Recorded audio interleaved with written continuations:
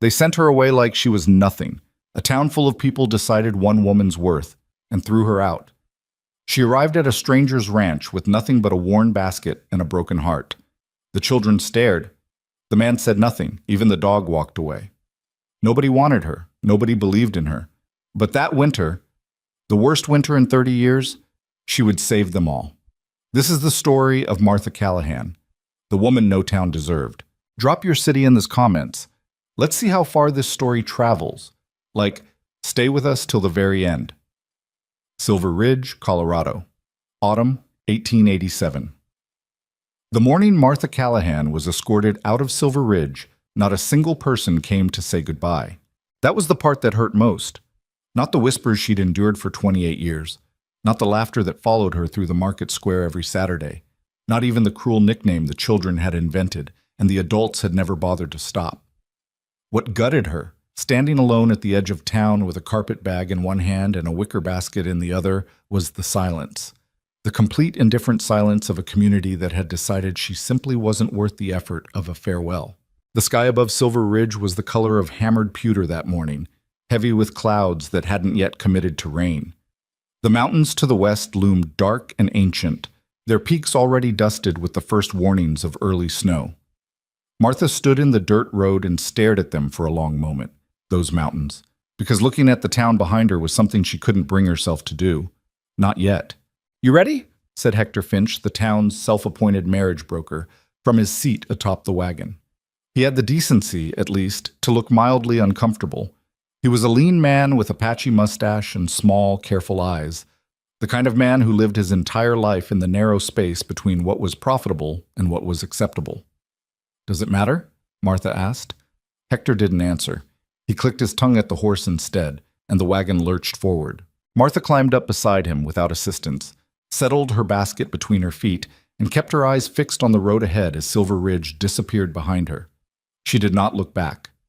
She had made herself that promise the night before, lying awake on the thin mattress of the boarding house she could no longer afford, staring at a ceiling water-stained into the shape of something she'd never been able to name. "Don't look back," she told herself. "There's nothing there worth carrying." She had been born in Silver Ridge, the only child of a schoolteacher father and a mother who died of fever before Martha's 6th birthday. She remembered her mother as a warm blur, the smell of lavender, the sound of humming, the particular softness of a hand against her cheek.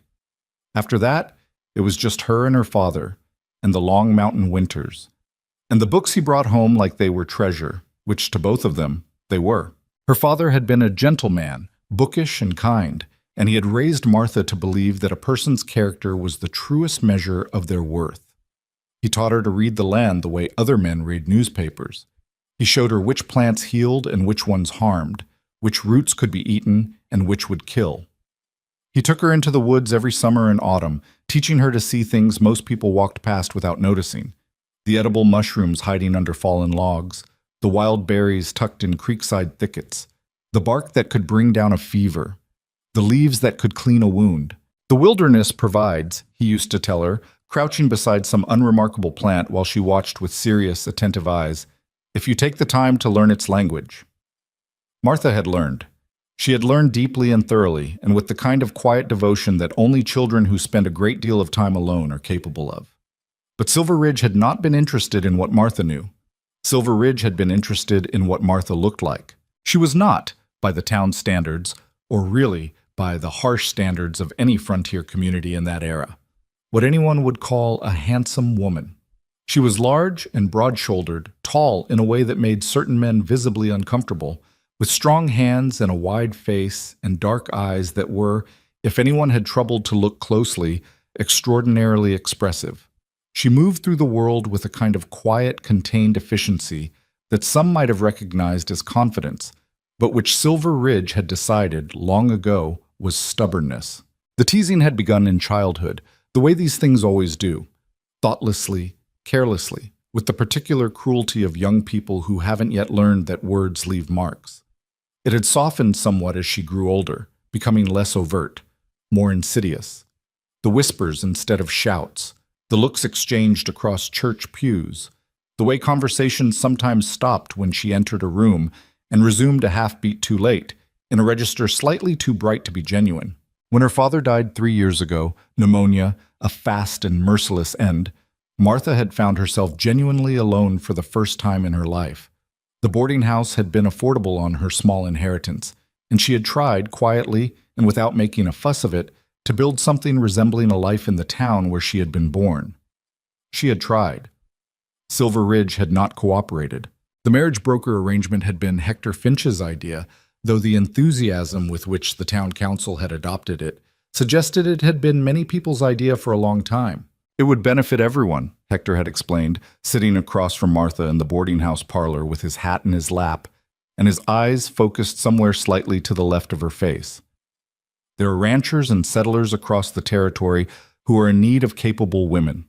Women who are practical, hardworking. Women no one here wants, what Martha said flatly. Hector's mustache twitched. I wouldn't put it quite that way. How would you put it? He hadn't answered that either. Hector Finch, Martha had concluded over the months that followed, was a man with a considerable talent for not answering questions. For 6 months, he had attempted to match her.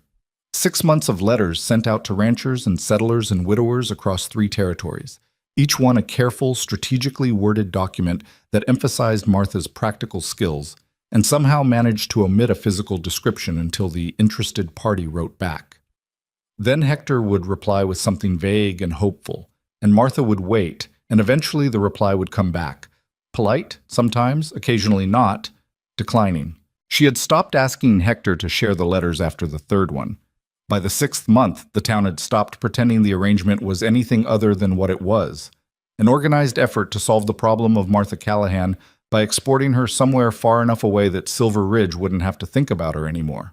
The wagon rolled north and west for most of the morning, climbing steadily into the higher country where the trees grew dense and the air tasted sharper, and the silence was the clean, uncomplicatedly honest kind that Martha had always preferred to human conversation.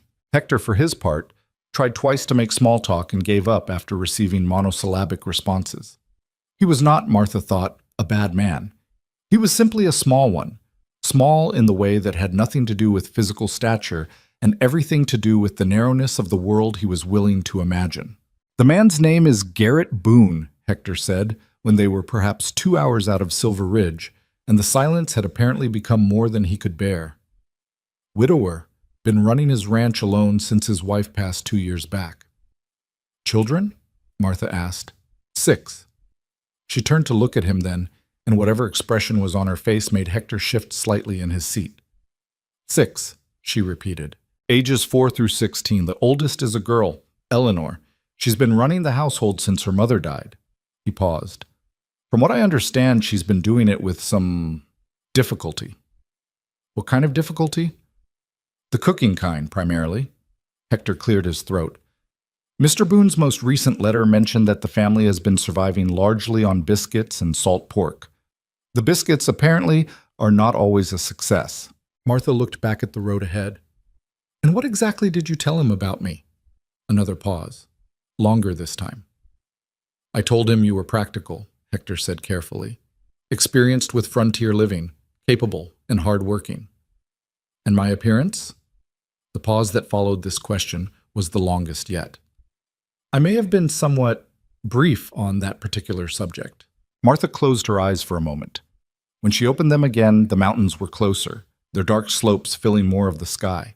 And somewhere in the timber above them, a hawk was riding a thermal in long, patient circles, watching the land below with the kind of calm, comprehensive attention that Martha had always admired in hawks.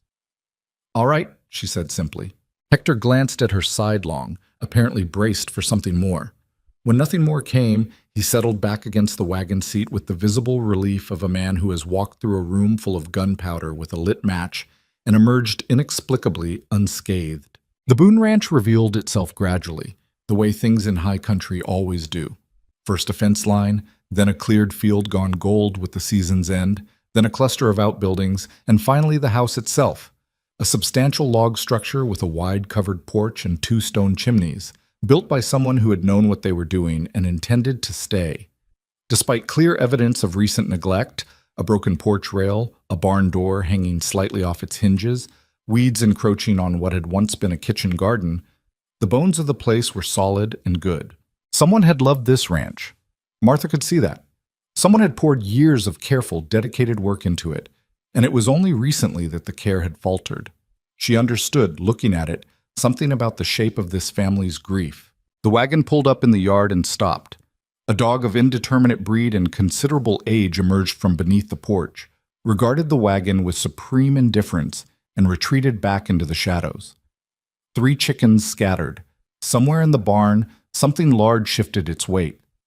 Then the door of the house opened, and Garrett Boone came out. Martha had formed no particular expectations about Garrett Boone in the hours since learning his name. She had found, over the course of her life, that expectations tended to be expensive luxuries. The higher you built them, the more they cost you when they fell. Still, some image had assembled itself without her permission during the long wagon ride. A tired man, probably. A struggling one.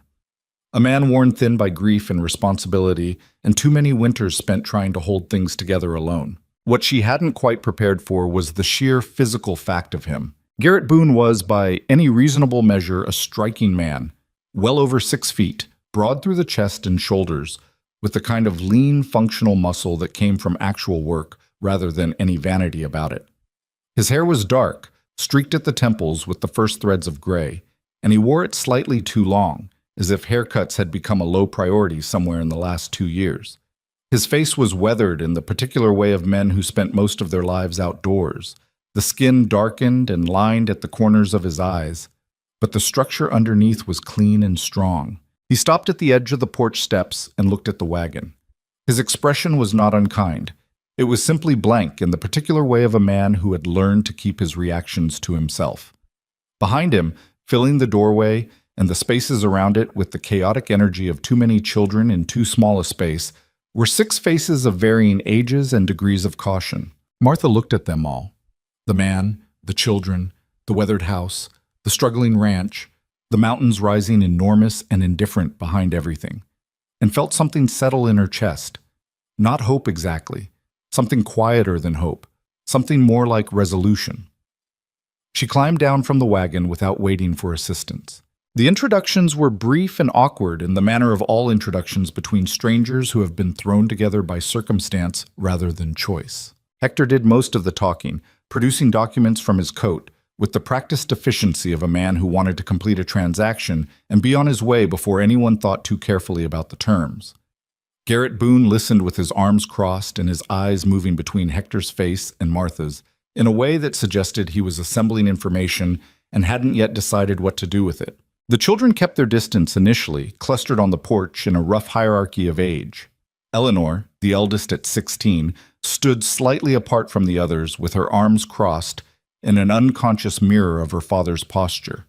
She was a pretty girl with her father's coloring and a set to her jaw that indicated she had opinions about this situation and would not be sharing them until she was ready. Beside her stood a boy of perhaps 14.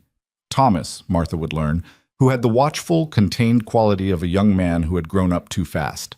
Then came 2 girls of 10 and 8, a boy of 6, and finally, nearly hidden behind Eleanor's skirt, a small boy of 4 who regarded Martha with enormous dark eyes and said nothing at all. Martha looked at them, and they looked at her, and the look on their faces, all of their faces, even the ones trying hardest to be neutral, was the same look she had seen on Hector Finch's face when he came to arrange her departure from Silver Ridge. The same look she had seen on every face in every room she had ever entered. Adjustment. Recalibration. The moment when reality failed to meet expectation and the mind scrambled to accommodate the difference. She was used to it. She had been used to it her entire life. What she was not used to, and what she felt, quietly and privately, somewhere behind her sternum, was the additional weight of 6 children's disappointment. That was different from adult disappointment. It landed differently. "Well, T," said Garrett Boone finally, in the voice of a man concluding a business transaction he wasn't entirely sure about, "I suppose you'd better come inside." The inside of the house told the story more completely than anything Hector had said in the wagon. It was not dirty. Whoever had been maintaining it had made genuine efforts. But it had the particular quality of a space being managed rather than inhabited. The furniture was good and solid, hand-built by someone skilled, But the surfaces were bare where once there had clearly been things, the ghostly outlines on shelves where objects had stood, the slightly different shade of wallpaper in the shape of a mirror or a picture that had been taken down. Small absences everywhere, the outline of a life that was still in the process of removing itself. The kitchen was where it hit hardest. Martha stood in the doorway and took it in quietly. It was a well-designed kitchen, larger than most frontier homes would have, with a serious cast-iron stove and adequate counter space, and a pantry that had clearly been built by someone who understood cooking as a significant undertaking. But the pantry, when Eleanor opened it with the particular stiffness of someone surrendering a territory, was nearly bare. Salt pork, a sack of flour, half empty, a few tins of things, a string of onions going soft. "We manage," Eleanor said from behind Martha's left shoulder. Her voice was flat and precise, 14 words of defensiveness packed into 2. "Of course you do," Martha said. She turned around. Eleanor was watching her with dark eyes and a careful, hostile stillness. "My mother built that kitchen," Eleanor said. "It's a good kitchen," Martha said. She knew what she was doing. Something shifted in Eleanor's face, just slightly, just for a moment, before the careful stillness reassembled itself. She said nothing more and left the room. Martha turned back to the pantry and looked at it for a long time. Salt pork and half a sack of flour, she thought. 6 children and a winter coming. She looked at the wicker basket she'd set down beside the door when she entered, and then she looked out the kitchen window at the tree line, still visible in the late afternoon light. The dark edge of the forest, enormous and old, patient as stone.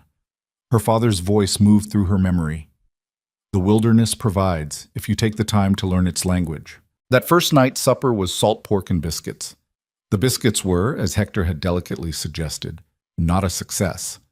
They emerged from the oven pale and dense as river rock, and Eleanor set them on the table with the expression of someone daring the world to comment. No one commented.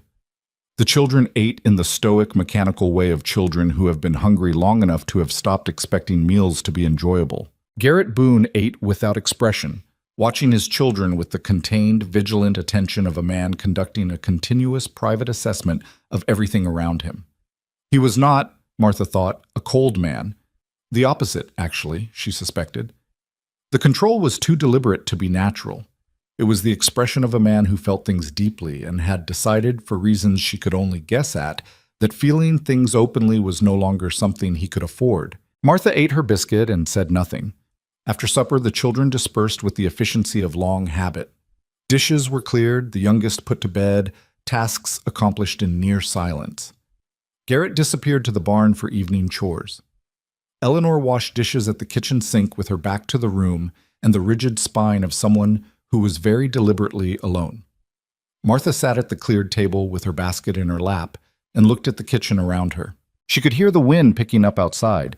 She could smell, on it, the cold that was coming, not the cold that was already here, but the deeper cold underneath it, the cold that was still a month or 6 weeks away but was already making its intentions known to anyone with the sense to pay attention. She had paid attention. All her life she had paid attention. When Eleanor finished the dishes and turned around, she found Martha still sitting at the table with her basket. "The sleeping room is down the hall," Eleanor said, with the precise blankness of someone reciting information and nothing more. "Left side. There's a quilt on the chest." "Thank you," Martha said. Eleanor nodded once and moved toward the door. "Eleanor," Martha said. The girl stopped, didn't turn around. "Thank you," Martha said again, "for keeping this house together since your mother passed. That's not a small thing. What you've been doing here for your father and your brothers and sisters, it's not a small thing at all." The silence that followed this statement lasted long enough that Martha wondered if Eleanor was going to respond at all. Then, without turning around, "Don't think flattery is going to make this easier." "I'm not trying to make anything easier," Martha said. "I'm just saying what's true." Another pause. Then Eleanor was gone, and Martha was alone in her mother's kitchen with the wind rising outside and the long winter already counting down from somewhere in the dark. She set her basket on the table and opened it. Inside were seeds carefully folded in cloth, dried leaves in small bundles, a collection of hand-drawn notes in her father's handwriting, water-stained and worn soft from years of handling. and at the bottom, tucked in the corner, a small glass jar of dried mushrooms. A particular variety she'd been searching for all summer and had finally found the week before she'd been told she was leaving Silver Ridge. She held the jar up to the lamp. All right, she thought, let's begin. The days that followed had the uncomfortable texture of an uneasy truce. Martha was careful. She understood with the clarity of someone who had spent a lifetime reading rooms that she was a foreign element in a closed system, and that foreign elements introduced too quickly, too aggressively, too confidently trigger immune responses. She had not come here to force anything. She had not come here to replace anyone. She had come here, as far as she could determine, because no one else had wanted her, and this family needed someone, and those two facts had collided in a way that had put her on a wagon heading north into the high country. What she did with that fact was up to her. So she moved carefully, and she watched, and she learned. She learned that the 4-year-old's name was Samuel, and that he communicated primarily through expressions and gesture, and that he had been largely mute since his mother's death. Not unable to speak, the doctor had said, simply unwilling, as if speech were a resource he was conserving for something important enough to spend it on. She learned that the 6-year-old was Daniel, boisterous and loud and covering his uncertainty with noise the way certain animals use sighs. The 8 and 10-year-olds were Clara and Rose, both of them careful and watchful and prone to long private conversations that stopped the moment an adult entered the room. Thomas at 14 carried more weight than a boy his age should carry, spending his days working beside his father with a grim competence that should have been admirable and was instead slightly heartbreaking. And Eleanor. Eleanor was the code Martha couldn't yet crack. The girl was smart, genuinely, formidably smart, and she had assumed a mantle of responsibility at 14 that had shaped her in visible ways, pulled her taut in some places, and hardened her in others. She ran the household with efficiency and considerable determination. She was also, Martha suspected, desperately lonely and furious about it, and was dealing with those two conditions by being impeccably controlled and subtly, consistently hostile in ways that were never quite overt enough to be called out. Martha didn't call them out. She absorbed them. She continued to say please and thank you, and to help without being asked, and to stay out of Eleanor's way when staying out of her way was the right thing to do. Garrett Boone observed all of this from a careful distance and said very little. He was not unkind. He was not warm. He was somewhere in between, civil in the way of a man fulfilling an obligation, conducting himself according to a code that required basic decency but made no promises beyond it. He said good morning. He ate what was placed in front of him without complaint. He came in from the barn each evening, smelling of cold air and horses, and worked through supper with his eyes moving over his children in that private, constant inventory. Once, 3 days after her arrival, he found her sitting on the back porch in the early dark, looking at the mountains. He stood in the doorway for a moment, and she was aware of him without turning, and he was aware that she was aware without her turning, and neither of them said anything, and after a moment he went back inside. It was not much, but it was not nothing either. On the 7th evening, Martha disappeared. Supper was finished, dishes cleared, children beginning to scatter to evening tasks. Garrett had gone to the barn. Eleanor was at the sink. Martha picked up her basket from beside the kitchen door, stepped out into the yard, and walked toward the tree line. Eleanor noticed. Martha knew she noticed because she heard the slight change in the rhythm of the dishes, the small interruption of sound that meant attention had shifted. She walked into the trees without looking back. She was gone for nearly 3 hours. The forest in early autumn evening was a different country, the light strange and horizontal, filtering through the pine canopy and long gold shafts, the ground layered with pine needle and leaf mold that held moisture from the last rain. Martha moved through it with the easy familiarity of long practice, following waterways and slope gradients and the particular arrangements of light and shade and rot that told anyone with trained eyes where to look. She found chanterelles first, a dense flush of them along a fallen log beside a small creek, their golden orange caps almost luminous in the fading light. Wild onion grew in clusters in the creek's floodplain, the smell of it sharp and good. Rose hips on a thorny tangle of shrub, each one fat and red. Dried seed heads of prairie cone flower. A stand of yarrow, still holding its flat-topped flowers though the season was turning. And under the duff, where she knew to scrape away the leaf litter and examine the soil, a cluster of tubers, wild parsnip, pungent and starchy, which most people walked past every day of their lives without recognizing. She filled the basket methodically, carefully, taking what the land offered and nothing more. Her father's careful training, never take more than a third, never disturb what you don't need, was so deeply embedded in her now that she didn't have to think about it.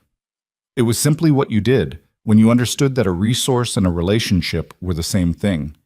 When the light dropped too low to see safely, she turned and walked back. The kitchen was empty when she returned, except for Eleanor, who was sitting at the table ostensibly reading, but had clearly been sitting there in a state of suspended attention, waiting. Martha set the basket on the counter without comment and began to work. Eleanor watched. Martha could feel her watching, could feel the girl assembling and reassembling some private judgment, and she did not address it. She simply worked. She cleaned the chanterelles with a damp cloth, diced the wild onion, peeled and chunked the parsnip tubers. She found the remnants of the salt pork and a small amount of dried beans she'd noticed in the back of the pantry days ago and set them soaking. She worked with the steady, contained efficiency of someone who knows exactly what they're doing and doesn't need to perform knowing it. "You were in the forest," Eleanor said at last. "Yes." "Alone? For 3 hours?" "Yes." "That's not—" Eleanor stopped, started again. "There are animals. A mountain lion was seen on the ridge last month." Martha glanced over her shoulder at the girl. Eleanor was watching her with an expression that was working very hard to be cool and neutral and was not entirely succeeding. "I grew up in these mountains," Martha said. "I know what to listen for. My mother never went into the forest after dark." "I'm not your mother," Martha said gently. "I'm not trying to be." The words landed somewhere in the space between them and sat there. After a moment, Eleanor said, "What are those?" "Chanterelles. Wild mushrooms. They're good eating, better than anything you can get in a store." Martha held one out toward her without pressure, just offering. "Your kitchen smells right for a good stew. The cast iron holds heat well." Eleanor looked at this mushroom for a moment, then took it, examining it with the focus of a girl who takes nothing at face value. "How do you know they're not poisonous?" "Because I've been finding this particular mushroom since I was 6 years old, and my father showed me the difference. The color, the shape of the gills, the smell." Martha paused. "I can teach you if you want, to tell the difference." Eleanor set the mushroom on the counter. She didn't say yes, but she didn't say no either, and in Martha's experience, that was where most things began. The stew that came off that stove 2 hours later was something else entirely. It was rich and deep and layered in a way that honest frontier cooking rarely managed. The earthiness of the chanterelles and the parsnips sweetened by the rosehip she'd added near the end, the whole thing thickened naturally and seasoned with a restraint that let the ingredients speak rather than burying them. She'd made biscuits too, but these were different from Eleanor's. Flaky and light, golden crusted, made with lard worked cold into the flour the way her father had taught her, folded and not overworked. When she called the children to supper, they came with the habitual resignation of kids who have stopped expecting meals to be interesting. Garrett came in from the barn, stopped just inside the kitchen door, and went very still. The smell had reached him. Martha watched him breathe it in and watched something complicated happen in his face. Something involving memory, she suspected, given the way his eyes moved briefly and involuntarily toward the empty chair at the head of the table and then away again. The children sat. Martha served. No one spoke. The first spoonful went in, and there was a silence that was completely different from the silence at every previous meal. Not the silence of endurance, but the silence of surprise, of the mouth suddenly occupied with something worth occupying it, of some hunger deeper than physical being, however briefly, addressed. Daniel, 6 years old and constitutionally incapable of silence for more than 30 consecutive seconds under normal circumstances, looked up from his bowl with wide eyes. "This is so good," he announced, with the passionate sincerity that only small children can fully achieve. "This is the best thing I ever ate." Clara, age 10, with the weary worldliness of a middle child. "You say that about everything." "No, I don't. I never said that about the biscuits." Rose, age 8, in a whisper. "Daniel, I'm just saying they were bad." "Daniel." Something happened at the table then that Martha suspected hadn't happened in a long time. Garrett Boone's mouth moved. It was brief, barely there, and he controlled it almost immediately. But for just a moment, in response to his children bickering over biscuits, Garrett Boone nearly smiled. Martha looked back at her own bowl. At the far end of this table, Samuel, small, silent Samuel, who had not spoken a word in all the days since Martha had arrived, picked up his spoon with his small, serious hands and ate. And ate. And when his bowl was empty, he pushed it 2 inches forward across the table, the way a child does when they want more and haven't quite decided whether it's safe to ask for it. Martha reached over and filled it without comment. He looked up at her. She looked back at him. He picked up his spoon again and bent back over his bowl. And that was all. And it was everything. Eleanor, sitting straight-backed in her chair, finished her supper in the careful, precise way of someone trying very hard not to show how much they're enjoying something. When her bowl was empty, she picked up her napkin, folded it with unnecessary neatness, and set it beside her plate. Then she looked at Martha. "The stew," she said, with great restraint, "is acceptable." "Thank you," Martha said. Across the table, Clara caught Rose's eye, and something passed between them. A flicker. A glance. The private semaphore of sisters. And Martha, looking at the 7 people seated around the table, the man watching his children with something less guarded than usual in his face, the children eating with something less mechanical than usual in their movements, felt that thing in her chest again. That quiet thing that wasn't quite hope. She let it sit there. She didn't name it. She had learned over 28 years that naming things too early was another form of expectation, and expectations were expensive. But she let it sit there, in the warm kitchen that smelled of wild mushroom and wood smoke, while the wind moved through the pine trees outside and the mountains held their ancient silence above it all. It was, she thought, a beginning. It was perhaps enough. The morning after the stew, nothing was said about it. That was the frontier way. You didn't remark on things that moved you. You simply adjusted your behavior around them, the way water adjusts its course around a stone without ever acknowledging the stone's existence. Martha understood this. She had grown up in it. So she rose before dawn as she had every morning, started the stove, and began the day without ceremony. And the children came to breakfast and ate without ceremony. And Garrett Boone drank his coffee standing at the kitchen window, looking out at the mountains without ceremony. And the whole household proceeded as if the previous evening's meal had simply always been the way things were. But there were small signs, if you knew how to read them. Daniel, the 6-year-old, appeared in the kitchen doorway after breakfast and stood there for approximately 45 seconds before announcing, to no one in particular, that he was bored. "Are you?" Martha said, not looking up from the dried herbs she was sorting. "There's nothing to do. There's always something to do. Thomas says I'm too small for the fence work." "Thomas is probably right about that." She looked up then. "Can you carry a bucket?" Daniel considered this with great seriousness. "A big one?" "Medium." "Yes," he decided. "Good. Then you can help me." He was at her side before she'd finished the sentence. That was how it began with Daniel Sati, quickly, openly, the way young children attach themselves to safety without self-consciousness or strategy. He followed her through the yard and along the fence line to where the kitchen garden had been, asking a continuous stream of questions with the relentless curiosity of a 6-year-old who has discovered that an adult exists who will actually answer them. What were those dried things hanging in the kitchen? Why did mushrooms grow on logs? Could you eat pine needles? What about bark? "Some bark," Martha told him. "Not all of it. You have to know which." "How do you know?" "Someone taught me." "Who?" "My father." "Where is he?" "He died," Martha said. 3 years ago." Daniel absorbed this with the frank, undramatic sympathy of a young child. "My mama died too," he said. 2 years ago. Papa says she's in the stars." Martha looked at him. He was watching a beetle make its determined way across a fence post, apparently satisfied that he had shared something true and needed nothing more from it. "She sounds like she was a good mama," Martha said. "She smelled like bread," Daniel said simply, and went back to watching the beetle. Martha stood very still for a moment, looking at the top of his head, at the cowlick at his crown that probably drove Eleanor to distraction every morning, and felt something press against the inside of her chest with a force that had no business being that strong, this early, in a relationship this new. She breathed through it and kept walking. The days organized themselves around work, the way ranch days always do.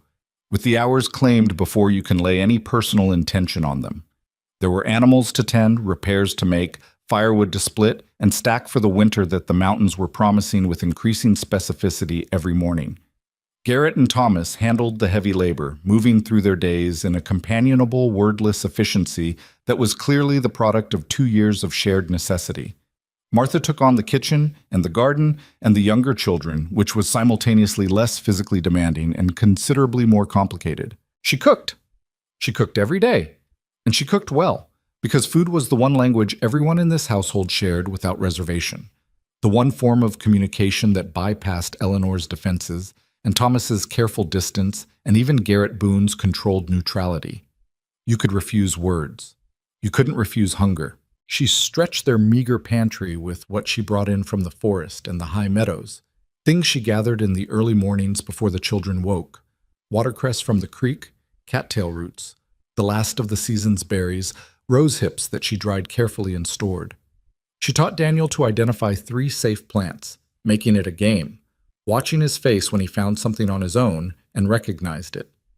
Clara began appearing in the kitchen at odd hours, initially with the elaborate casualness of someone who just happened to be walking through, and eventually with less pretense, asking questions in a quiet voice and watching Martha's hands with sharp, intelligent eyes. Rose was the one who surprised her. Rose was 8 years old and had the particular quality of a child who observes much and says little, and has consequently developed an internal life of considerable depth and complexity.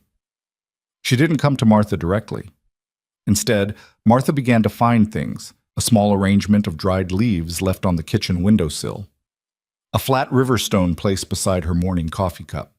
Once, a pencil drawing of what appeared to be the kitchen stove, rendered with a child's determined literalism and slipped under her door.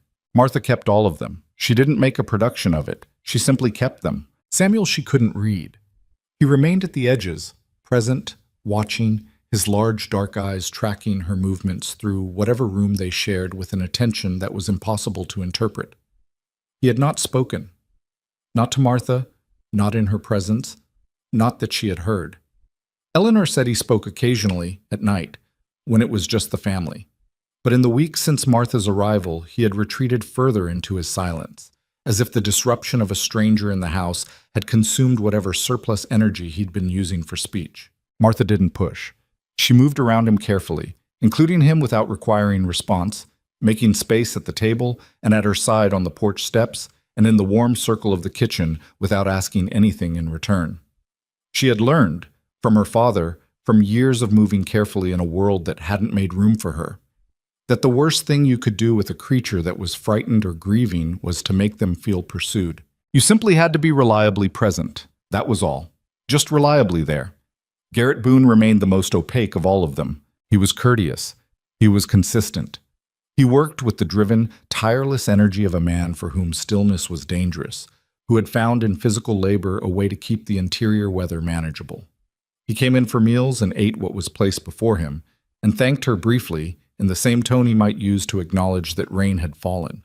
He spoke to his children with a rough, undemonstrative warmth that she suspected was the best he could do right now, and his best was good enough.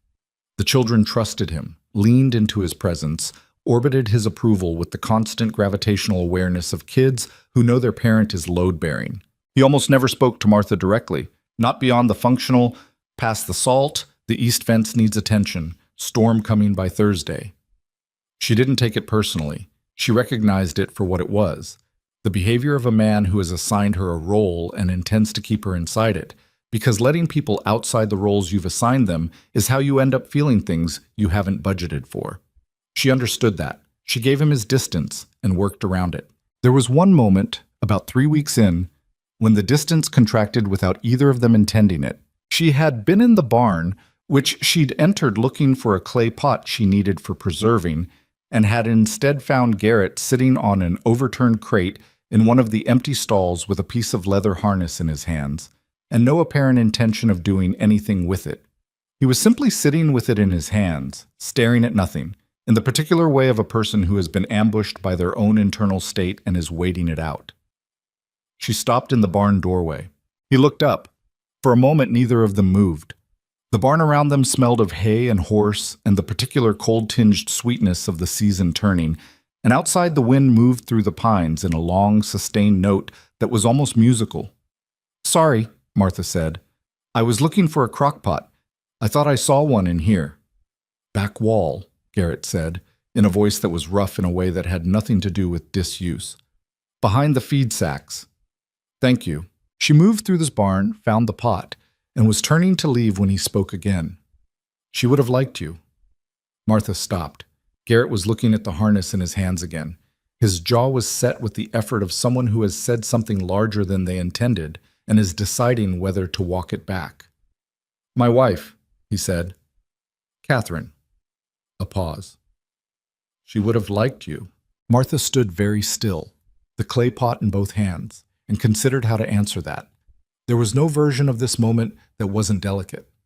A wrong word in either direction, too warm, too distant, and something would close that was currently, briefly, open.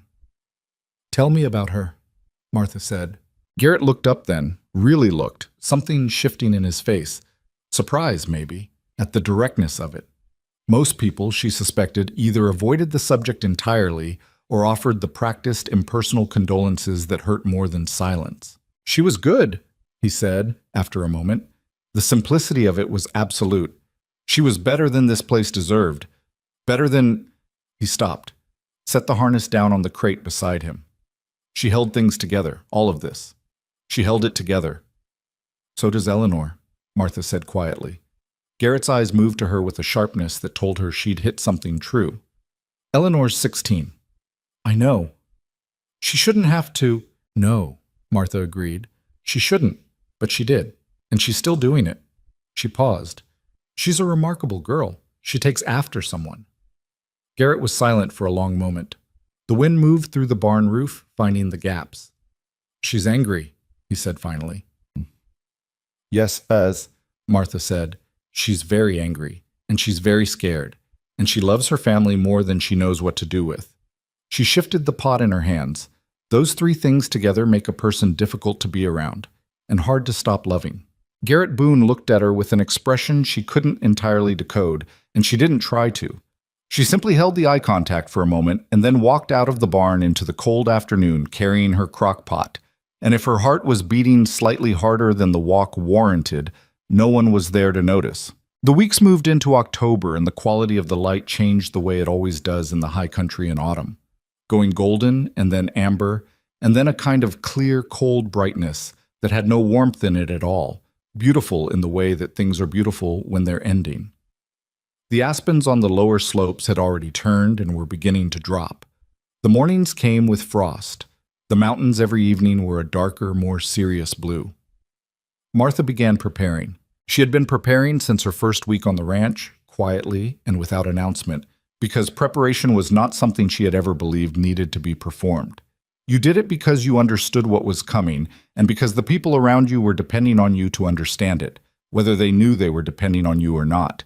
She had learned that lesson at her father's side, walking these mountains and others, listening to what the seasons told anyone patient enough to hear them. She spent her early mornings, the hour before dawn, before the household woke, in the kitchen or the root cellar or the barn, working through a systematic plan that existed in its entirety inside her head.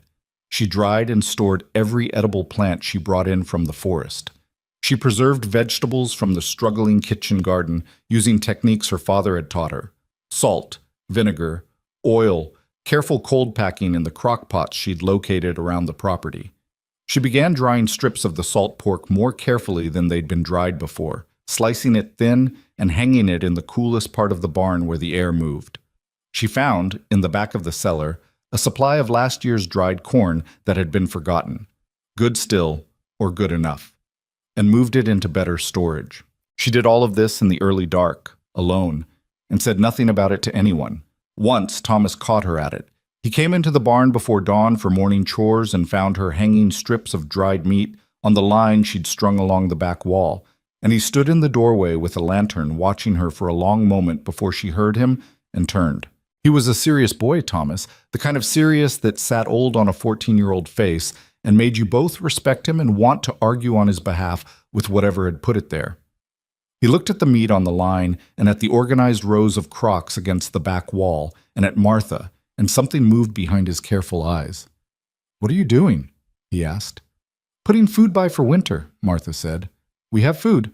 "We have some food for some of winter." She turned back to the meat. "Winter here runs long." Thomas was quiet for a moment. Then, "How bad do you think it'll be?" She considered lying, the comfortable, protective lie that adults offer children to keep worry at bay. She looked at Thomas and decided he was not a child who wanted to be protected by comfortable lies. He was a child who needed to be treated as what he was, a young man who was already carrying a man's portion of this family's weight.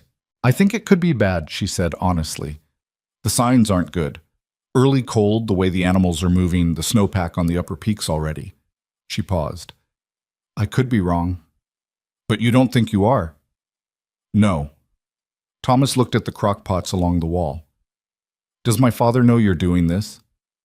"Not specifically. He knows I've been busy." The boy nodded slowly, absorbing this with the same quality of consideration he seemed to bring to everything. "He doesn't like not knowing things," Thomas said. It wasn't an accusation, just information, offered plainly. "I'll tell him," Martha said, "when there's more to tell." Thomas nodded again, picked up his milk pail, and went to the cows without another word.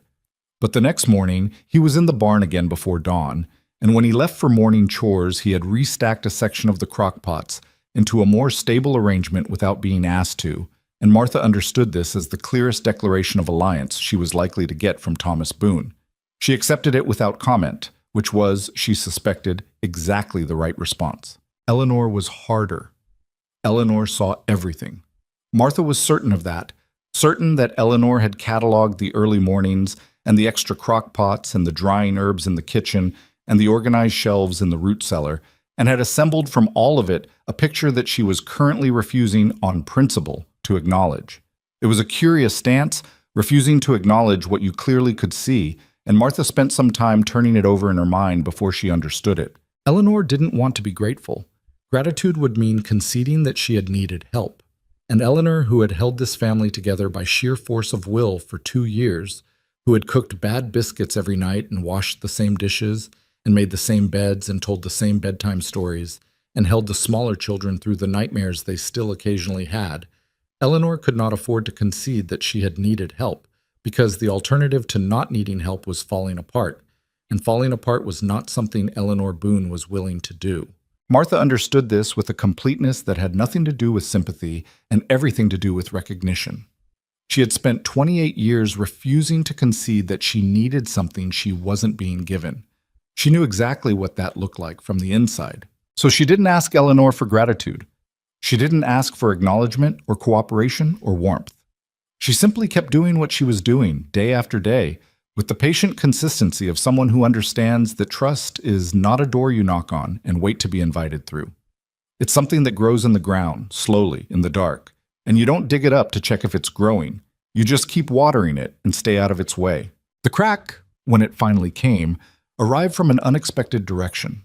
It was a Tuesday evening in late October, the temperature having dropped hard after dark, the first real mean cold of the coming season.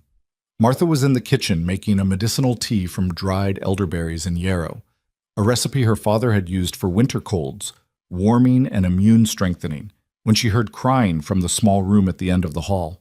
Not a child's crying. That was the first thing she registered, the muffled, controlled, furious crying of someone who is trying very hard not to be heard. She stood in the kitchen for a moment, listening, making the calculus of whether to go and whether it would be welcome. Then she took the kettle off the stove, poured 2 cups of the tea, and walked quietly down the hall. She stopped outside Eleanor's door. "Eleanor," she said softly. Silence. Then, in a voice scraped clean of everything, "Go away." "I made tea, elderberry. I said go away." Martha stood there for a moment with a cup of tea in each hand. Then she sat down on the floor with her back against the wall beside Eleanor's door, set one cup within reach of the door's bottom edge, and held the other in both hands.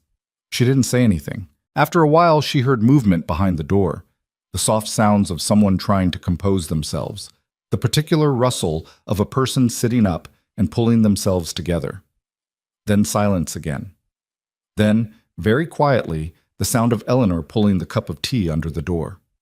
Martha stared straight ahead at the opposite wall and felt the corner of her mouth move. They sat like that for a long time. Eleanor on one side of the door, Martha on the other, drinking their tea in silence while the wind outside found every crack in the old log walls and the lamplight in the hall flickered with the draft, and the ranch house settled around them with the deep, tired sounds of old wood.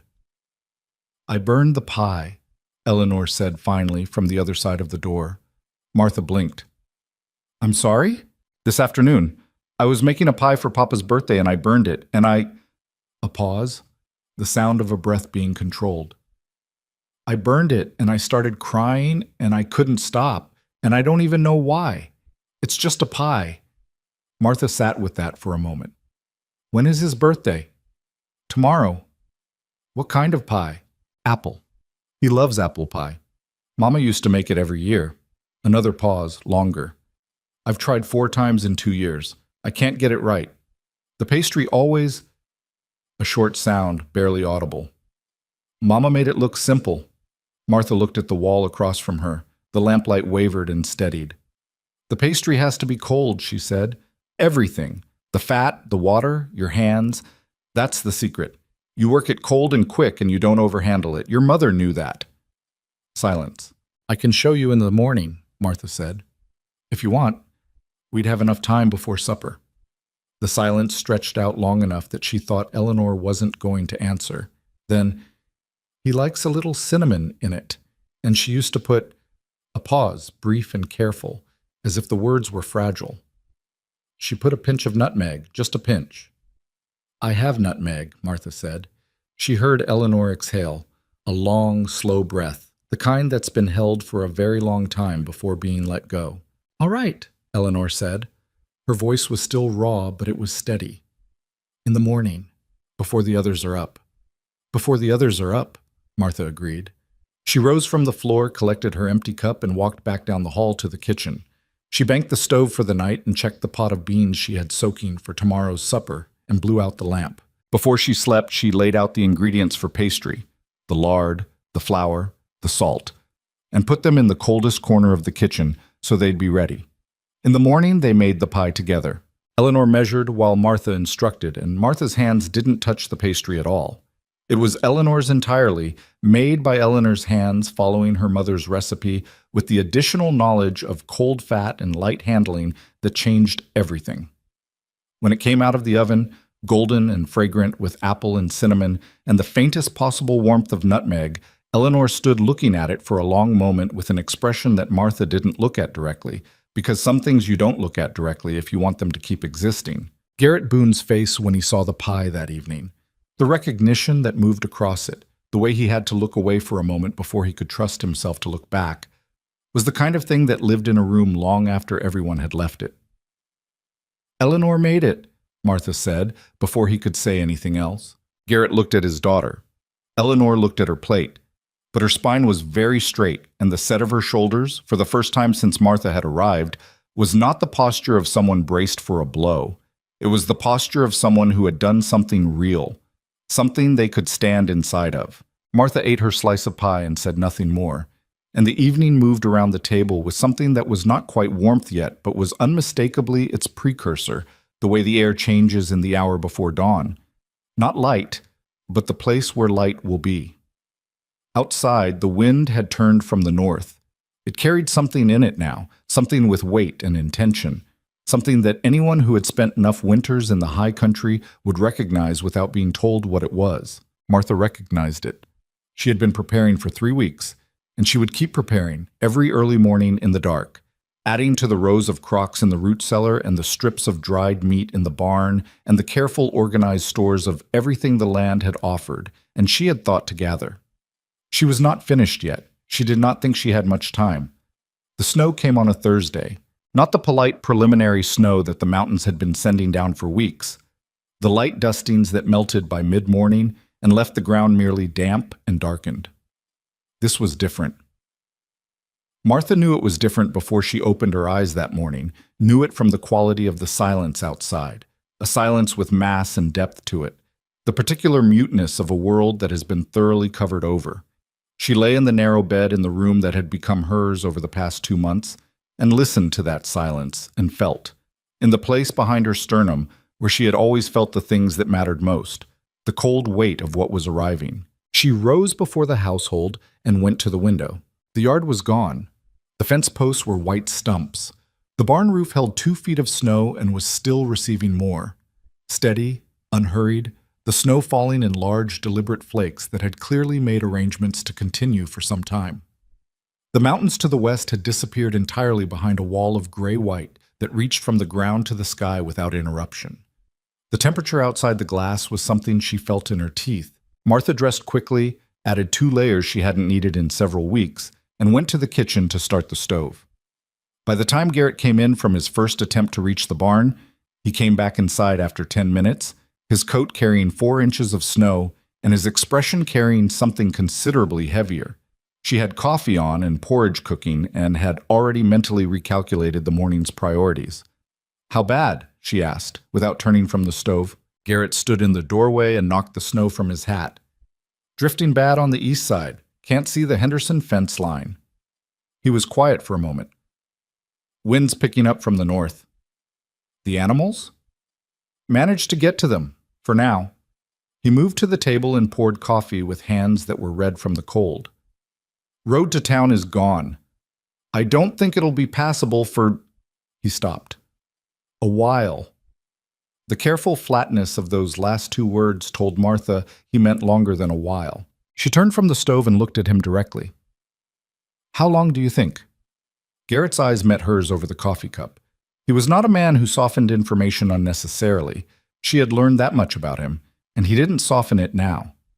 "Last time we had a storm start like this, in my father's day, the valley was cut off for 11 weeks. The kitchen was quiet, except for the sound of porridge bubbling and the wind finding the north side of the house with a new and serious intent. "All right," Martha said. She turned back to the stove. "Eat your breakfast. I need to show you something after." He looked at her. "Show me what?" "After breakfast," she said again. She could feel him looking at the back of her head with the focused attention of a man who wants information and is unaccustomed to being told to wait for it. She didn't turn around. The porridge needed stirring. The children came down in 1s and 2s, drawn by the smell of food, and then arrested, each of them in sequence, by the sight of the window. The white world outside, the falling snow, the obliterated familiar shapes of their daily landscape. Daniel pressed his nose against the glass and fogged it with his breath. Clara stood at the window with her arms crossed and her chin up, assessing. Rose went directly to Martha's side and stood there without speaking, and Martha thought of the river stones and the folded leaves and the small pencil drawing, and put her hand briefly on the girl's shoulder. Thomas came down last, already dressed for heavy outdoor work, and took one look at the window and then one look at his father, and the look they exchanged across the kitchen table was the wordless communication of 2 people who have already been through something hard together and are recognizing, without having to say so, that they are about to go through something harder. Samuel appeared in the doorway after everyone else was seated. He was in his nightshirt still, his dark eyes wide, and he stood in the doorway looking at the window with an expression that Martha couldn't read. Not quite fear, not quite wonder, something in between. The look of a 4-year-old encountering something larger than his existing understanding of the world. Martha crossed the kitchen, crouched down to his level, and looked at him. "It's a big snow," she said quietly, "bigger than usual. But we are warm and we have food and everyone is here." She paused. "Every single person is here, Samuel. You are not missing anyone." He looked at her for a long moment. Then he walked to the table and climbed into his chair, and Eleanor reached over automatically and straightened the collar of his nightshirt. And that small gesture, Eleanor's hand, quick and sure and entirely without thinking, told Martha something true about the texture of this family's love for each other. She filed it away and went to serve the porridge. After breakfast, she told Garrett she needed him to come with her. He followed her to the root cellar first. She pushed the heavy door open against the drifted snow and led him down the stone steps with a lantern. And when she held the light up to show him the shelves, she heard him exhale a single short breath that might have been the beginning of a word, or might have been something that bypassed language entirely. The shelves were full, not overflowing. She had been systematic, not reckless, but genuinely thoroughly stocked in a way that the root cellar had probably not been since Catherine Boone was alive to fill it. Crocks of preserved vegetables, carefully sealed, labeled in Martha's small, precise handwriting. Dried herbs in tied bundles, organized by type and use. Rows of dried mushrooms in paper envelopes. 3 kinds of preserved berries. Wild onions stored in braided ropes. Smoked and dried fish wrapped in cloth. Dried beans in cloth sacks, more than she'd found when she arrived by a considerable margin. Garrett moved the lantern slowly along the shelves, taking inventory with his eyes, and he didn't speak for a long time. "You did this," he said finally. It was not a question. Mostly in the mornings before the household was up. "For how long?" "Since the 2nd week I was here." He turned to look at her then, and in the lantern light, his face was doing something complicated.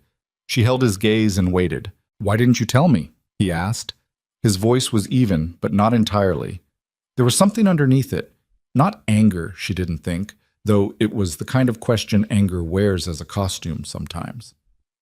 "Because I didn't want it to become a conversation about whether it was necessary," Martha said, "and I was afraid that's what it would become." Garrett looked at her for a long moment. A muscle in his jaw moved. "You thought I'd tell you to stop. I thought you might think it was presumptuous, that I was overstepping." She paused. "I probably was overstepping, but I looked at this valley in September and I read what I read, and I thought about 6 children and I kept going." Silence. The cold of the root cellar sat around them, clean and still. Above them, muffled by the snow and the stone, the wind moved over the top of the house in a long sustained note. "There's more," she said. "In the barn." She took him to the barn next, through snow that was already at their knees in the open yard, and showed him the rows of dried meat on the strung line and the additional grain stores she had reorganized and augmented, and the medicinal supplies she had laid in, feverfew and elderberry and willow bark and yarrow, and 6 others, each one serving a specific purpose she could articulate precisely if asked. Thomas was in the barn when they arrived, working by lantern light to keep the animals calm in the storm, and he looked up when they came in and looked at his father, looking at the shelves, and something relaxed in the boy's face that Martha hadn't fully realized was there. "You knew," Garrett said to his son. "I saw her working," Thomas said carefully, "a few weeks ago, in the mornings." A pause. "I thought it was a good idea." Garrett looked at his son for a moment. Then he looked at Martha. He said, "If you had told me, I would have helped you." Martha looked back at him. "I know that now," she said. "I didn't know it then." He accepted this with a single nod, the nod of a man filing something away for future reference, and turned to assess the nearest shelf with the practical, methodical eye of someone calculating forward through the weeks. "How long do you think this holds us?" he asked. "Conservatively, through February. Possibly March, if we're careful and the hunting holds. And if we share it?" The question surprised her, not because she hadn't thought about it, but because he had. She looked at him. "How many neighboring families?" she asked. 5 ranches in the valley, Henderson, Buell, the Vargas family." He paused. "The Kramer family has 7 children." Martha thought for a moment, running the calculation. "If we're disciplined about rationing and the men can get out for hunting when the weather breaks between storms," she said slowly, "we could extend what we have to cover the valley, with strict daily portions, with everyone contributing what they have, with nothing wasted." Garrett was looking at her with an expression she hadn't seen from him before. Not the controlled neutrality of the past 2 months, not the complex, grief-weighted look she'd glimpsed in unguarded moments. Something more direct. Something that was evaluating her not as a problem to manage or an arrangement to honor, but as a person whose judgment was being considered on its actual merits. "That's a dangerous calculation," he said. "If you're wrong." "I know," Martha said. "If I'm wrong, all of us are short. All of us suffer." "But you don't think you're wrong." She met his eyes. "No," she said. "I don't think I'm wrong." The storm made the decision somewhat abstract for the first week, because no one was going anywhere. The snow fell for 4 days without meaningful interruption, accumulating in depths that changed the entire architecture of the yard. The fence posts vanishing, the outbuildings becoming soft white shapes, the familiar landscape outside the kitchen window becoming something alien and total. The temperature dropped on the 3rd night to something that Martha registered in her lungs when she breathed, and in the water in the pitcher on her washstand, which was frozen solid by morning. Inside the house, they managed. Martha ran the kitchen with a precision she'd been working toward since September, stretching each meal to its maximum nutritional value while keeping the portions filling enough that the children weren't going to bed hungry. She rationed without appearing to ration, which required a kind of culinary sleight of hand that she'd learned from her father. The stew that seemed abundant because the broth was rich and the bowl was served hot. The bread that satisfied completely, even though the slices were modest because the bread itself was dense with real substance. She kept the kitchen stove burning at a steady temperature that was warm enough for safety and cool enough not to waste fuel, and she did the calculation of the firewood stores in her head every evening and adjusted accordingly. The children, confined to the house, required a different kind of management. Daniel became a contained explosion of energy, looking for somewhere to direct itself. Martha put him to work, real work, within his capability, with real consequences if done poorly.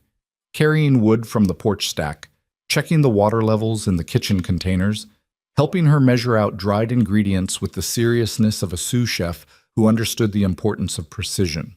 She made it a game without making it feel like a game, which was the only way to manage 6-year-olds effectively. And Daniel threw himself into it with the wholehearted commitment of a child who has been given something real to do. Clara and Rose, she set to tasks that used their intelligence, copying out her father's plant identification notes into a cleaner ledger, a project she presented as important documentation, and which was also, genuinely, exactly that. They worked at the kitchen table with their heads close together and their pens scratching in the good focused silence of children engaged with something that respects their capability. Thomas came and went between house and barn, doing the animal chores with his father in the brutal outdoor cold, coming back inside with red ears and white eyelashes, and eating whatever was put in front of him with the appetite of a boy burning enormous energy just to stay functional. Martha always made sure there was something extra in Thomas's bowl. He never commented on it. She never explained it. That was their understanding. Eleanor was different. Eleanor, freed temporarily from the relentless household management that had structured every day of the past 2 years, didn't know what to do with herself. Martha watched her in the peripheral way she'd learned was the only kind of attention Eleanor tolerated. The girl moving through the house with a restlessness that was new, picking up tasks and setting them down, sitting for a moment and then rising, standing at the snow-covered window with her arms crossed and her forehead almost touching the glass. On the second day of the storm, Martha found her in the kitchen in the late afternoon, standing over an open cookbook with an expression of fierce concentration. "That was your mother's?" Martha asked, coming to stand beside her. Eleanor didn't move away. That itself was notable. "She wrote in the margins," Eleanor said. "She changed almost every recipe. She said the books were written by people who'd never cooked at altitude." Martha looked at the open page. The margins were indeed covered in handwriting, small, slanted, confident, nothing like Eleanor's careful script. She was struck, looking at it, by the intimacy of it. A woman's thinking, preserved, the ongoing conversation between a cook and her kitchen. "She was right," Martha said. "Altitude changes everything. Liquids evaporate faster, leavening behaves differently, timing is all wrong." She paused. "She figured that out herself?" "Papa says she figured most things out herself." Eleanor's voice was quiet, not the controlled quietness of suppression, but the softer kind, the kind that comes from actually feeling something and being at peace enough with it to feel it. She was like that. Martha said nothing and let the silence hold the moment without disturbing it. After a while, Eleanor turned a page in the book. "There's a recipe here she never finished annotating. Apple cake." She started her notes and then Eleanor stopped, turned the page to show Martha. At the bottom of the page, Catherine Boone's handwriting simply ended mid-sentence, the pen stroke trailing. Martha looked at it. She understood, looking at that trailing line, exactly when it had been written. The abruptness of it was its own kind of testimony. "We could finish it," Martha said. "Work out what she would have written." Eleanor looked at her with an expression that lasted exactly long enough for Martha to see what was inside it before the composure reassembled. "You think you know what she would have said?" "No," Martha said honestly. "But you do, and I know altitude. Between the two of us, I think we could figure it out." Eleanor looked at the page for a long moment. Then she went to the kitchen counter and began pulling out ingredients, and Martha followed, and they spent the next 2 hours in the kitchen working through Catherine Boone's unfinished annotation together, arguing in the quiet, technical way of two people who both know what they're doing and have different information and are trying to find where those two things meet. It was the best afternoon Martha had spent since arriving at the ranch. She thought it might have been the best afternoon Eleanor had spent in 2 years. By the 5th day, the snow had stopped, the sky had cleared to a brittle, brilliant blue, and Garrett and Thomas began the work of digging out, clearing paths to the barn, checking the animals, assessing the damage to fences and outbuildings. Martha could see from the kitchen window how deep the drifts were by the way the two of them moved through the yard, sometimes sinking to the hip in the spaces between cleared paths. The cold had not relented. If anything, it had intensified with the clearing of the sky, the kind of dry, bone-deep cold that the high country generates when the clouds lift, and there is nothing between the ground and the open sky to hold any warmth. Martha checked the firewood stores and recalculated. On the 6th day, Garrett came back from a circuit of the fence line that had taken him 4 hours in snowshoes, and he came back alone, and he came back fast, and the expression on his face when he came through the kitchen door told Martha something was wrong before he said a word. "Henderson," he said, stopping in the doorway. "I got to their place, the wife." He stopped. "Their stores are nearly gone. They ran low before winter even properly started. 3 of the children are sick." Martha was already moving to the pantry. "How sick?" she asked. "Fever, the youngest especially." He came fully inside and closed the door. "I couldn't get to the other ranches. The drifts between us and the Buell place they're not passable. Not alone." Martha set items on the counter. Dried elderberry, willow bark, yarrow, the good mushroom broth she had concentrated and stored. Her hands were moving with the automatic precision of someone who knows exactly what they're doing. And the knowing settled something in Garrett's face that had been tight since he came through the door. "Can you get back to them?" she asked. "With Thomas. Tomorrow morning, if the wind stays down. Take these." She was packing as she spoke, efficient, no wasted motion. The elderberry tea for the fever, the willow bark, 2 strips per cup of hot water, steep, long, not short. The broth every few hours, as much as the children will take. The yarrow compresses for the worst fever. She paused, adding one more thing. "And take food, enough for 2 weeks. Actual food, not just the medicines." Garrett watched her pack the supplies. "That's a significant portion of what we have." "I know. If we run short, we won't," she said. "Not if we ration correctly and the hunting holds and we include whatever the Henderson family has left in the combined stores. Altogether, managed carefully."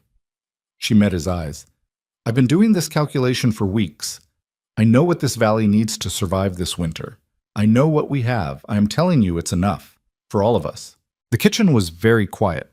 The fire in the stove made its small, consistent sound. Somewhere in the back of the house, Daniel was making the noise that Daniel made when he was playing contentedly alone, a continuous low-register commentary on his own imaginative proceedings. Garrett Boone looked at Martha Callahan for a long moment. She looked back at him.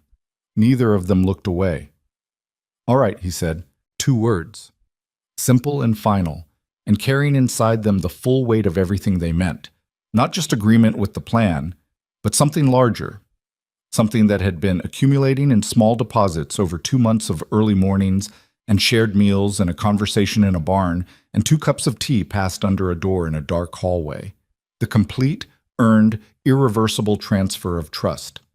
Martha nodded once. She finished packing the supplies and tied the bundle closed. "Tell Mrs. Henderson," she said, "that the elderberry tea tastes terrible and the children will resist it, but it works fastest if they take it hot. Put a little dried apple in it. It helps with the taste." She paused. "And tell her she's not alone in this. Tell her we're coming, as many times as it takes, until the road's open." Garrett picked up the bundle. He stood for a moment at the kitchen door with it in his hands, and he looked at her with the expression she had been seeing more often lately, the one that wasn't quite the neutral reserve of the early weeks, the one she still didn't have a word for. "Martha," he said. She waited. But whatever he had been about to say, he seemed to decide against it. Or perhaps he decided it was a thing that would keep, that there would be a better moment for it, a moment when neither of them was focused on other people's survival and the logistics of a hard winter. He simply looked at her for one moment more, and then he was gone, out into the cold, and she stood in the kitchen with her hands wrapped around each other and the stove burning steadily behind her. Outside, the snow stretched unbroken to the tree line and beyond, covering everything, holding everything, the whole valley locked inside a winter that had committed fully to its intentions. Somewhere beneath it, the land was doing what land always does in winter, waiting, conserving, gathering strength in the dark for the eventual return of warmth. Martha understood that. She had always understood that. You did not fight winter. You did not negotiate with it or pretend it wasn't what it was. You prepared. You shared what you had. You kept people warm and fed and reminded them that the cold, however total it seemed, was not permanent. She went to the stove, checked the fire, and began to cook. In the hall, she heard the small sound of feet, bare feet on the wood floor, the unmistakable pattern of a 4-year-old's careful, deliberate walk. She turned. Samuel stood in the kitchen doorway.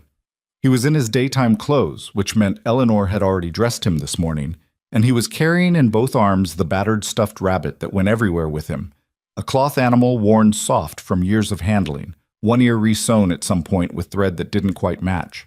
He walked to the kitchen table. He climbed up into his chair. He placed the rabbit carefully on the table in front of him, and he looked at Martha with his large, dark eyes. Then he said, in a voice that was small and slightly rough from long disuse but entirely clear, "Is there porridge?" Martha looked at him. The question hung in the warm kitchen air between them, the first words he had spoken in her presence in 2 months, as simple and enormous as anything she had ever heard. "Yes," she said, when she could trust her voice. "There is porridge. And I put dried apple in it, because you're going to need your strength today." Samuel nodded, as if this were exactly the right answer. He straightened the rabbit's ear. Martha turned back to the stove.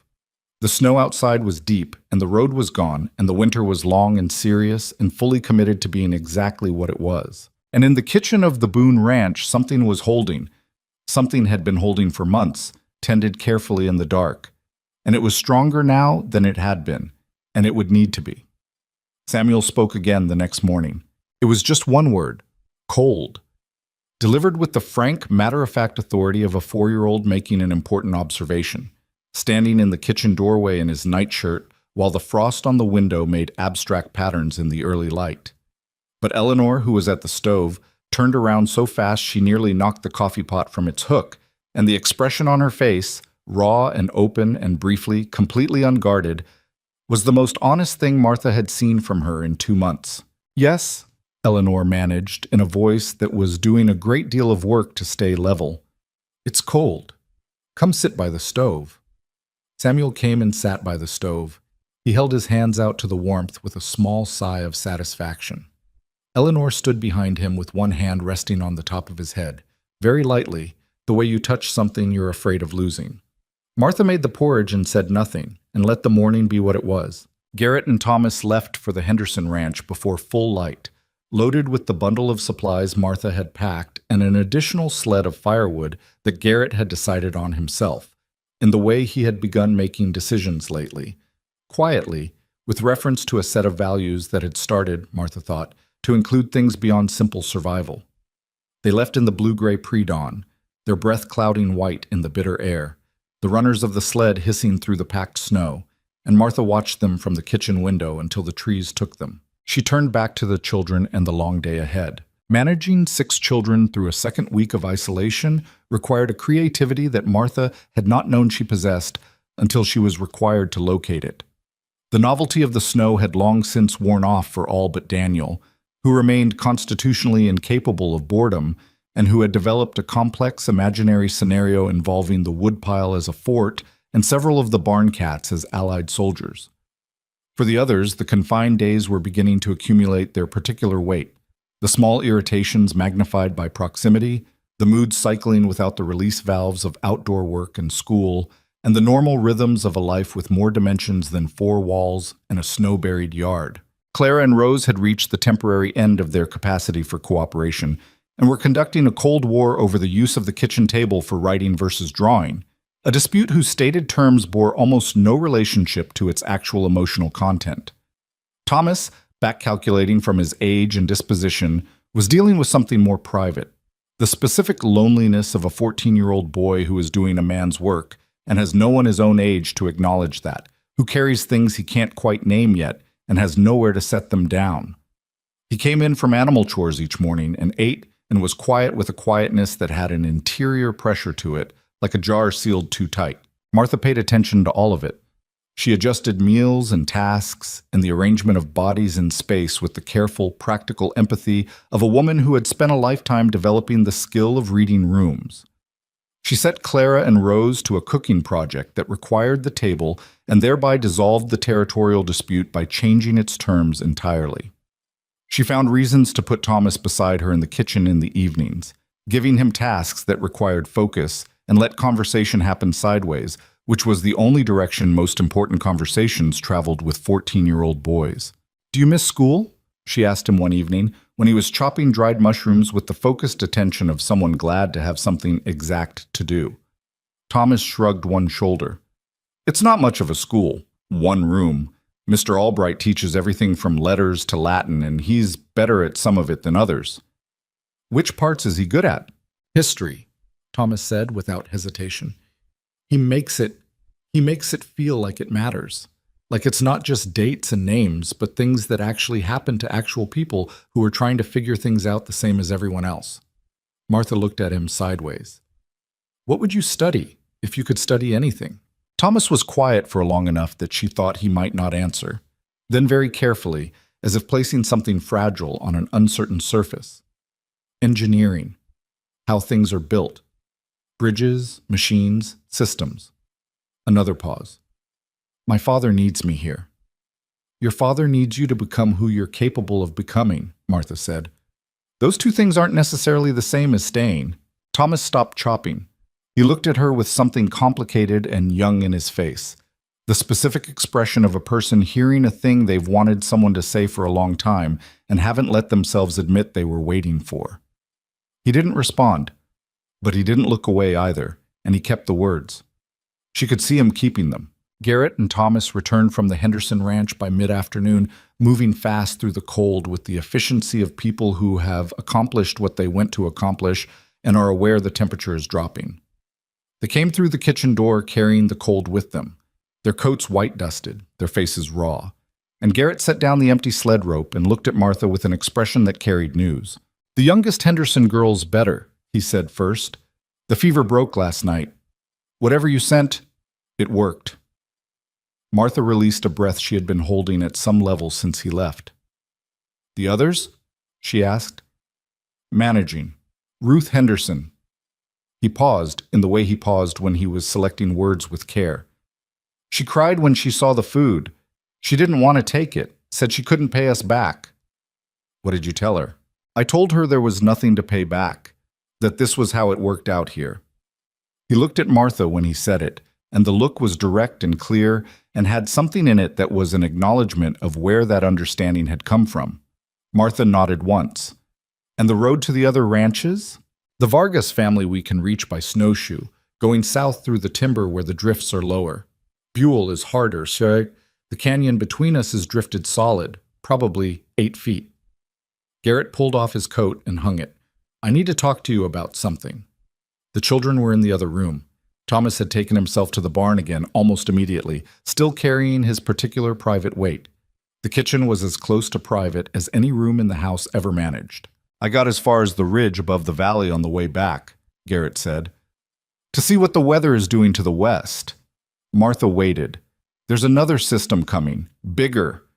He said it simply, the way he said hard things, without decoration. 3 days, maybe 4. If I had to guess, I'd say this winter isn't close to finished with us. Martha looked at the window. The sky to the west had the particular quality she had noticed that morning, and catalogued and decided not to speak aloud. A certain yellowish cast at the horizon, the clouds arranged in a formation she had learned from her father, meant sustained weather incoming. She had hoped she was misreading it. She had not been misreading it. "We need to reach the Vargas family before it hits," she said. "Yes, and send word to Buell somehow." "I know." He was looking at her steadily. "I need you to tell me honestly, Martha. If we take what it requires to see those families through another storm, are we all right?" All of us here, and Henderson and Vargas and Buell, if we pool everything and manage it the way you've been managing it. He didn't finish the question. He didn't need to. She understood what he was really asking, under the logistics. He was asking her if she was certain. He was asking if this was the kind of certain a person had when they actually knew something, or the kind they had when they badly wanted something to be true. Martha thought about it for the full, honest amount of time it required. Yes, she said, if nothing catastrophic happens to the livestock, if the men can hunt when the weather allows, if everyone's stores go into one reckoning and nothing is held back. She met his eyes. Yes. Garrett held her gaze for a moment. Then he nodded with the finality of a man who has asked a question, received an answer he believes, and is done deliberating. I'll go to Vargas tomorrow, he said. I want Thomas to stay here. Take him, Martha said. He needs to be useful out there as much as in here. I can manage. Garrett looked at her with the expression that she still didn't have a word for, the one that appeared more often now. You always say that, he said, because it's always true. Something shifted in his face, a softening, brief and controlled and genuine. I know, he said quietly. I know it is. The moment held between them in the warm kitchen, specific and fragile the way moments are when two people are standing close to the edge of something unspoken and are both aware of it. Martha felt it, felt the particular gravity of it, the way the air in the room had a slightly different quality than it had had 30 seconds before. She felt it, and she stood inside it without moving toward it or away from it, because she had learned to be careful with things she wanted, and careful was not the same as afraid. Garrett cleared his throat and looked away, and the moment released without breaking, which meant it would come back. Things like that always came back. Supper in an hour, Martha said, and turned to the stove. The second storm arrived on schedule and proved worse than the first. It came in the night, so that the household woke to a sound they hadn't heard before. Not the relatively contained roar of the first storm, but something lower and more total. A wind that had graduated from weather into something with a more fundamental character, pressing against the north wall of the house with a sustained force that made the logs creak. The temperature dropped to a depth that Martha had not experienced personally, but had read about in her father's notes, the kind of cold that freezes exposed skin in minutes and kills livestock through barn walls and turns every open space between one building and another into a genuine threat. They ran a rope from the house to the barn. Garrett's idea, executed immediately at first light, himself and Thomas working in relays because neither of them could stay outside for more than 20 minutes in the wind chill. Martha kept water boiling on the stove and towels warming on the rack beside it, and had hot coffee ready the moment either of them came back inside.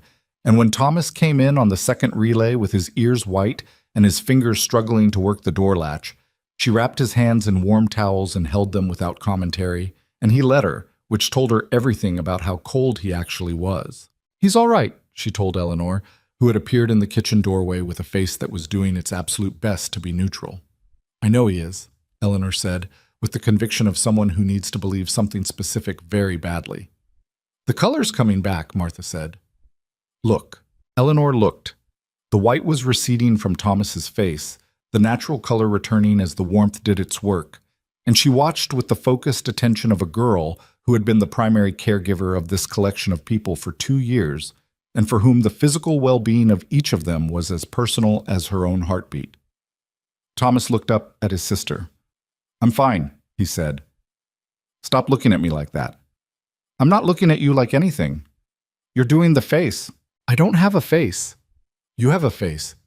You've always had a face. Mama used to call it your... He stopped. Eleanor stopped. The kitchen was very quiet for a moment with something that was not quite pain but lived in the same neighborhood. Your worry face, Eleanor finished, so softly it was almost not words at all. Thomas looked at her for a moment, then he said equally quietly, I'm fine, Elle, I promise. Eleanor nodded. She turned and went back to the hall, and Martha heard her door close, not loudly, just firmly. The sound of someone who needs 30 seconds alone and is taking them efficiently. Martha poured Thomas more coffee and didn't say anything, and he drank it and didn't say anything, and that was the right thing for both of them. The second storm lasted 6 days. 6 days in which the world outside the house ceased to exist in any practical sense, and the world inside the house became everything. Every relationship and tension and small mercy and accumulated irritation compressed into the dimensions of 4 rooms and a kitchen and the covered porch that no one went onto except for necessity.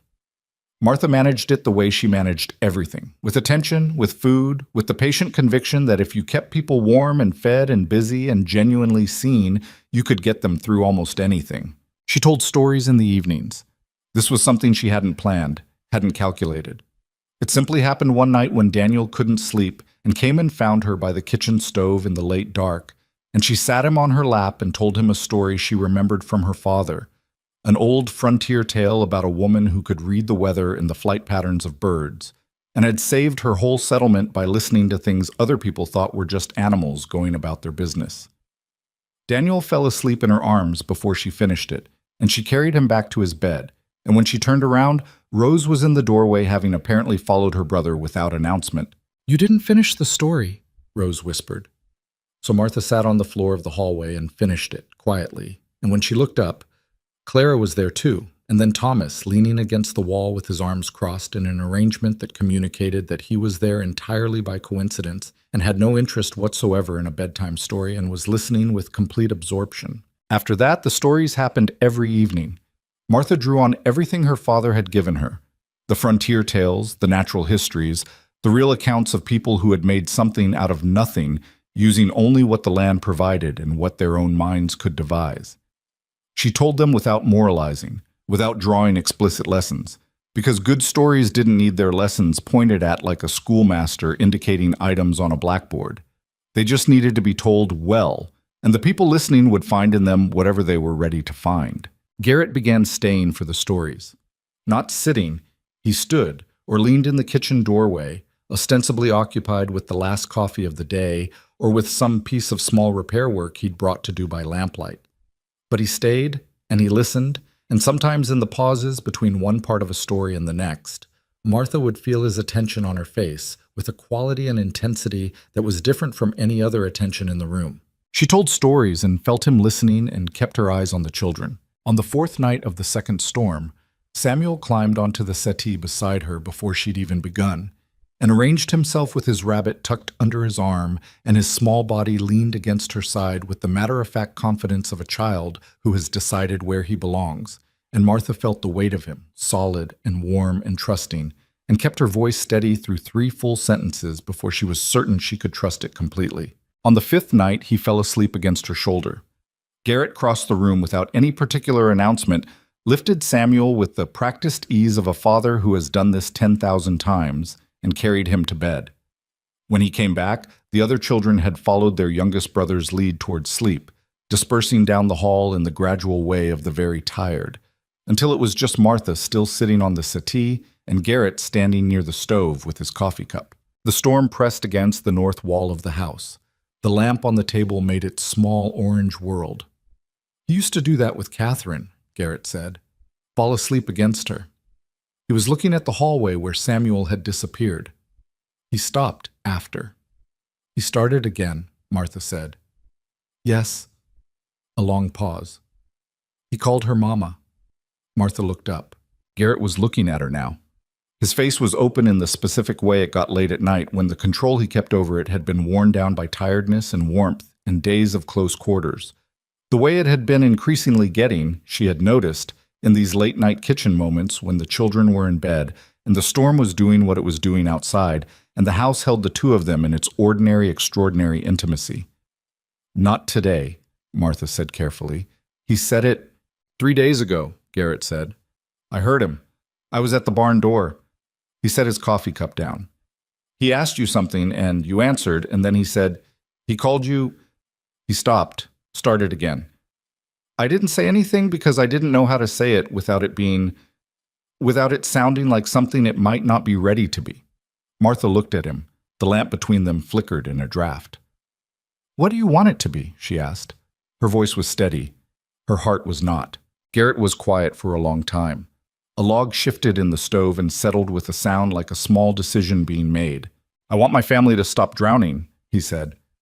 It came out rough. The roughness of something said plainly that cost something to say plainly. "I've been watching them drown for 2 years, and I couldn't—" I didn't know how to.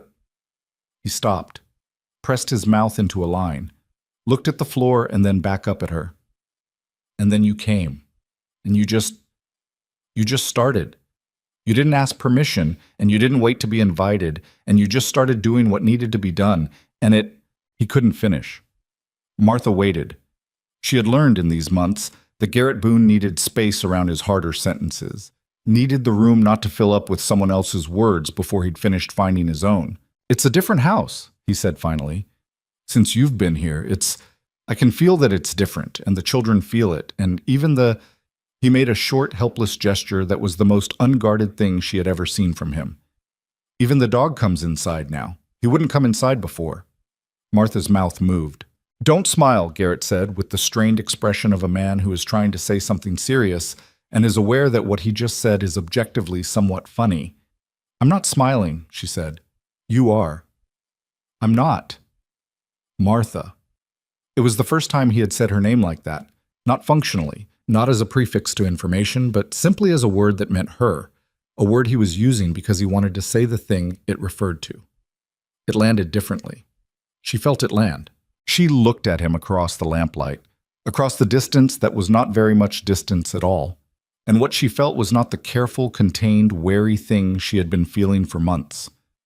What she felt was simpler than that and larger than that and considerably more frightening, the way true things are always more frightening than the careful, constructed versions of them that we build to stay safe. I know this isn't what you planned, she said quietly. When Hector Finch wrote to you, I know you needed help and not… She paused. Not whatever this is. No, Garrett agreed. It isn't what I planned. He picked up his coffee cup, looked at it, set it back down. I've discovered I'm not very good at planning. You're excellent at planning. The ranch is proof. The ranch nearly fell apart. And it didn't, because you held it. We held it, he said.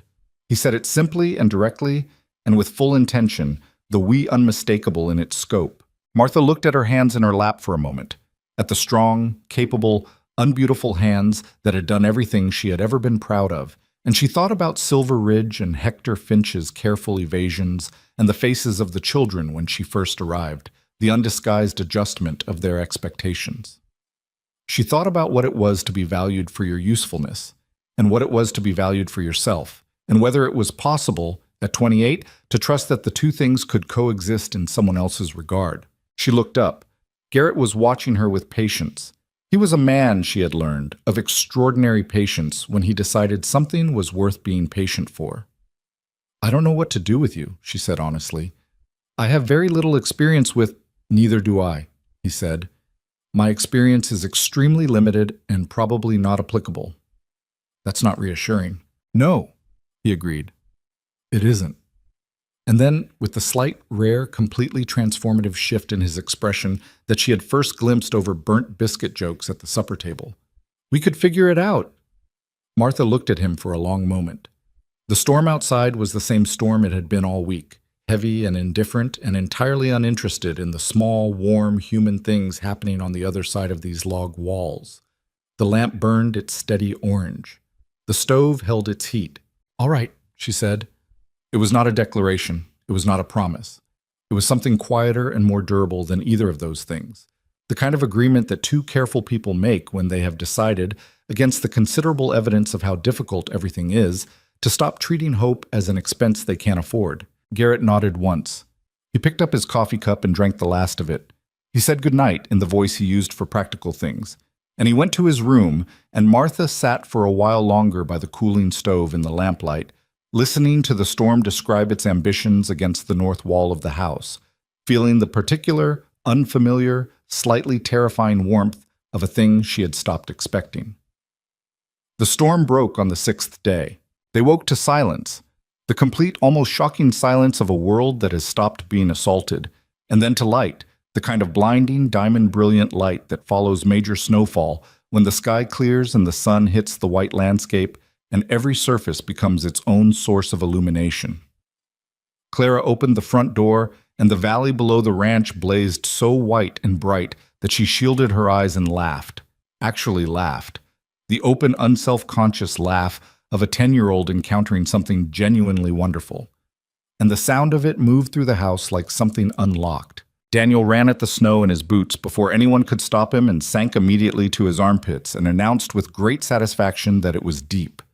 Thomas stood on the porch and looked at the valley laid out below them, the neighboring ranches visible as small, dark shapes amid the white, smoke rising from the Henderson chimney, and farther the dark cluster of the Vargas buildings, and beyond that the white absence where the Buell Ranch sat in its canyon. "We should check on them today," Thomas said. Not a question, a statement of intention. "Yes," Garrett said beside him. "All of them.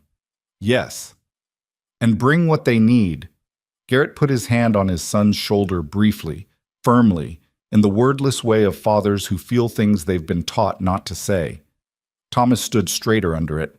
Martha came to stand in the doorway behind them, and she looked at the valley, the vast, white, brilliant valley that had been trying to kill them all for weeks and had not managed it. And she felt something she didn't often let herself feel without first checking its credentials: pride. Not in herself exactly, but in all of them.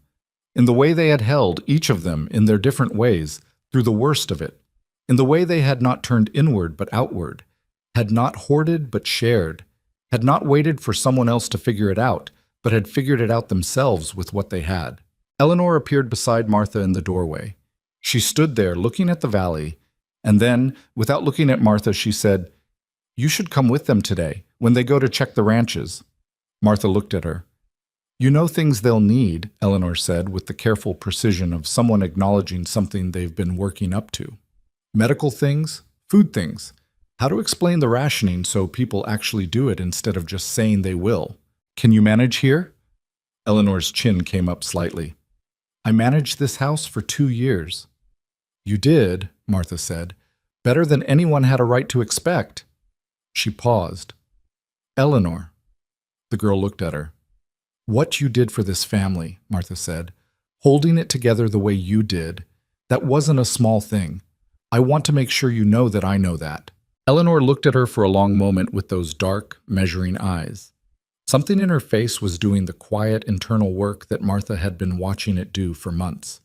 The gradual, hard-won, absolutely genuine shift of a person who is deciding, slowly and on her own terms, to let something in. "The apple cake," Eleanor said at last. "We still haven't finished annotating Mama's recipe." "No," Martha agreed. "We haven't." "We'll do it when you get back." It was such a small thing. A recipe. Handwriting in the margins of a cookbook. The ordinary, irreplaceable continuation of something a woman had begun and left unfinished. Martha understood, looking at Eleanor's carefully composed face, that it was none of those things and all of them at once, that Eleanor Boone was handing her something specific and significant in the only language she had yet found for it. "When I get back," Martha said. Eleanor nodded once, sharp and decisive, and went inside to manage the house. The circuit of the valley took most of the day. They went on snowshoes, Garrett and Thomas and Martha, moving in a line through the timber where the drifts were lowest, the sled loaded with supplies behind them, the brilliant cold morning air so clear and sharp it felt like breathing something newly made. Martha had not been outside the ranch perimeter since the first storm, and the sheer scale of the white world around her, the mountains enormous and blinding above the tree line, the valley floor a continuous unbroken plain of snow unmarked by any track, had a quality she hadn't expected. Not oppressive. Almost the opposite. The kind of vast, indifferent beauty that puts the size of human troubles into an honest proportion without diminishing them. They reached the Henderson ranch first. Ruth Henderson came to the door before they knocked, having seen them crossing the lower field, and she stood on the porch with her hands pressed together in front of her chest, and her eyes doing something she was clearly trying very hard to prevent. She was a thin woman, worn fine by the winter, but upright. Stubbornly, courageously upright in the way that certain people simply are, regardless of what circumstance does to them. "The children?" Martha asked, before anything else. "All better," Ruth said. Her voice was steady. "The youngest has been up and walking since yesterday. Whatever you sent—" She stopped. "Dr. Aldrin couldn't have done better if he'd been standing in my kitchen." "The elderberry works fastest for fever if you steep it long enough," Martha said. "Most people don't steep it long enough." Ruth Henderson looked at her for a moment with the clear-eyed assessment of a frontier woman evaluating another frontier woman, which is a different and considerably more thorough process than most other forms of evaluation. Then she stepped back from the door. Come in out of that cold.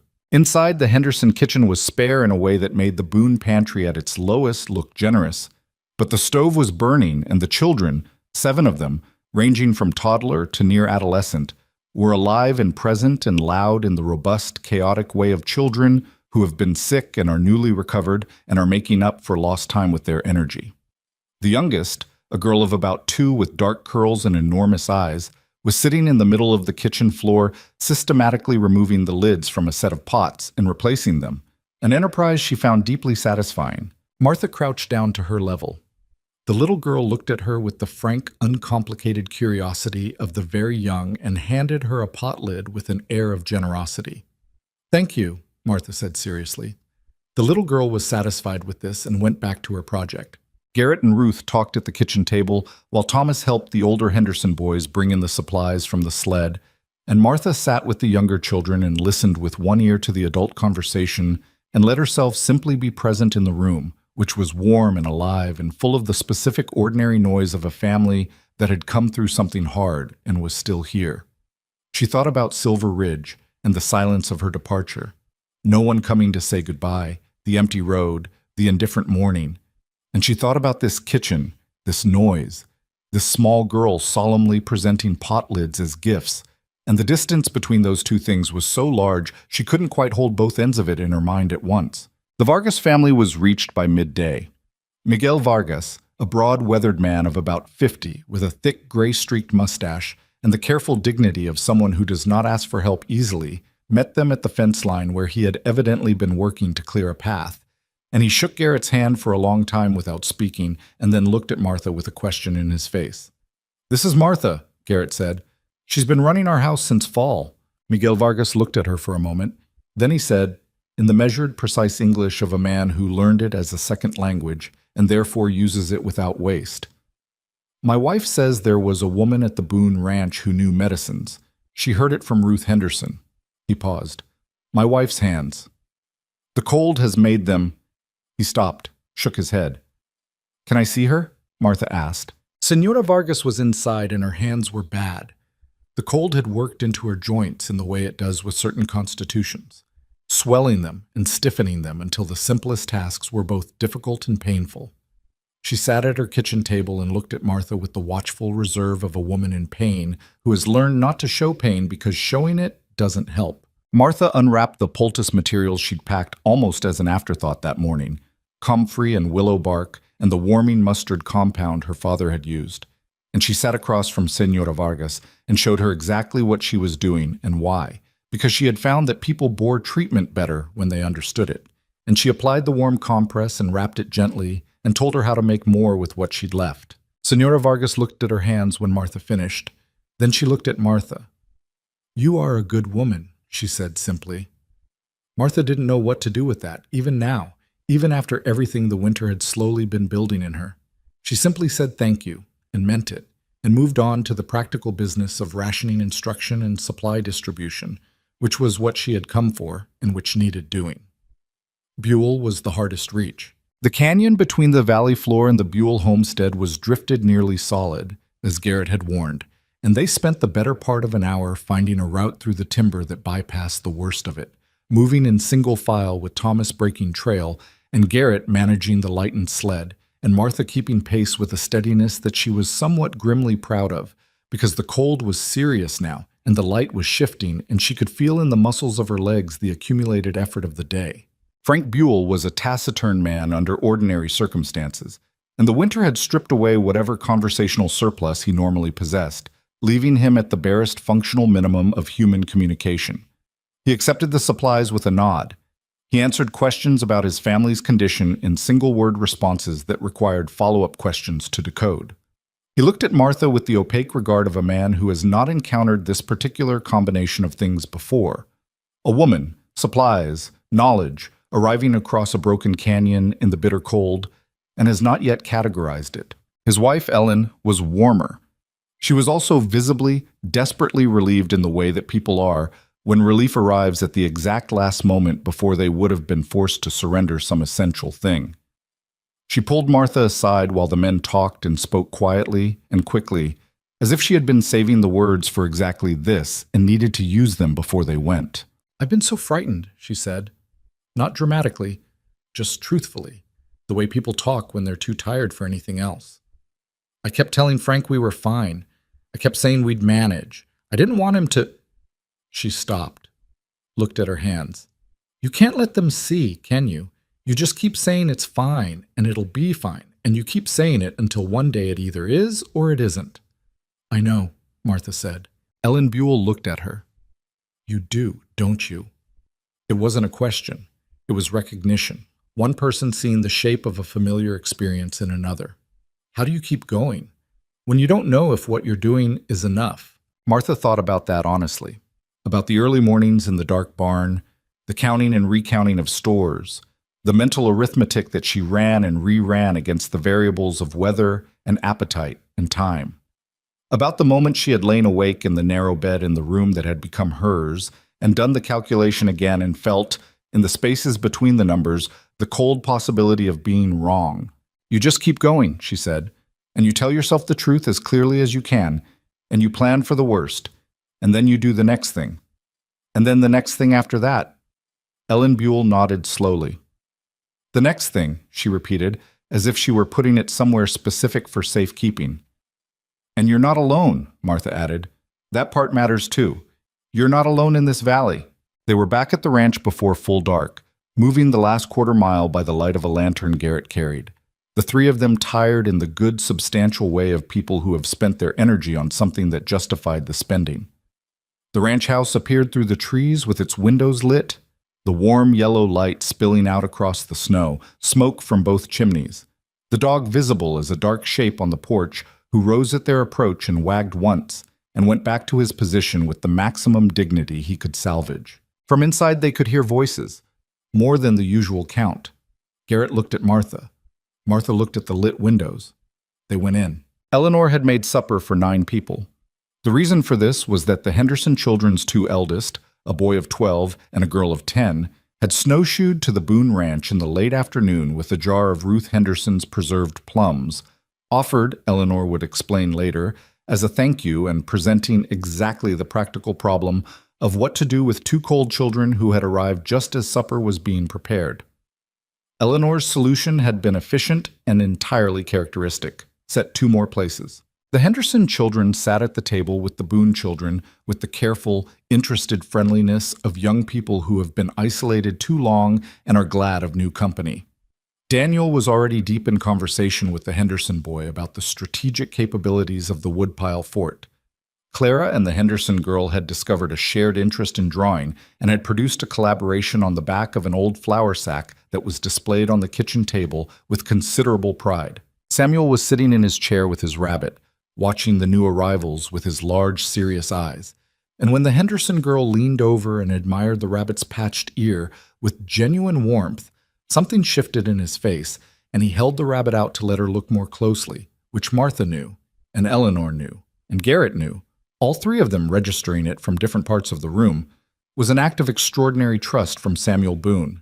Martha stood in the kitchen doorway in her coat and looked at the table full of children and the supper that Eleanor had managed, and the ordinary, extraordinary fact of this room, this warmth, this noise, and she felt the thing in her chest that she had been carrying carefully for months, and had not yet fully named expand past the careful container she'd built for it and become simply what it was. She was home. Not the home she had come from, not the home she had ever expected, but the kind of home that is made rather than inherited, built from repeated acts of showing up and not leaving, from meals and stories and cold mornings and root cellars and a girl's grief and a boy's silence finally broken, and a man standing in a barn doorway saying the name of his dead wife, as if that were the only way he knew to say something about hope. She hung up her coat and went to help Eleanor with the supper. The weeks that followed had a different quality than anything that had come before. Not easier exactly, because the winter was what it was, and would be what it would be, until it decided otherwise, but steadier. The valley had become a community in the way that crises forge communities. The 5 ranch families now connected by the routes they'd broken through the snow, and the supplies they'd pooled, and the knowledge they'd shared, and the simple, irrefutable fact of having gotten through together what none of them would have gotten through alone. Garrett made the circuit twice a week, sometimes with Thomas, sometimes with the older Henderson boy, who had appointed himself an honorary member of the operation with the confidence of a 12-year-old who knows useful work when he sees it. Martha kept the ranch kitchen as the distribution point, a place people knew they could come for medicine, for advice, for the careful recalculation of stores that she updated in a ledger her father would have recognized and approved of. Ruth Henderson came once and stayed 3 hours and left knowing 3 new preservation techniques and how to treat snow blindness with cold compresses and yarrow tea. Miguel Vargas sent his eldest daughter, a girl of 17 named Lucia, to learn the medicinal plants, and Lucia turned out to have a formidable aptitude and a hunger for the knowledge that reminded Martha so completely of herself at 17 that the recognition was briefly, sharply physical. "You should write it down," Lucia said one afternoon, watching Martha work through a preparation for Senora Vargas's hands. "All of this. Everything you know." "My father wrote most of it down," Martha said, "and you've added to it. I can see where the handwriting changes in your notes." Lucia looked at her steadily. "There are other women in this territory who need to know these things. You can't reach all of them yourself." Martha looked at the ledger on the kitchen shelf, the accumulated record of her father's knowledge and her own. 2 handwritings in conversation across the years. She thought about Ellen Buell saying the next thing with the careful attention of someone filing away a tool they intend to use. She thought about Ruth Henderson's daughter, 12 years old, who had asked Martha 3 specific and intelligent questions about elderberry preparation before they'd even sat down to eat. "You're right," she said. "Of course I am," said Lucia Vargas, with the magnificent certainty of 17.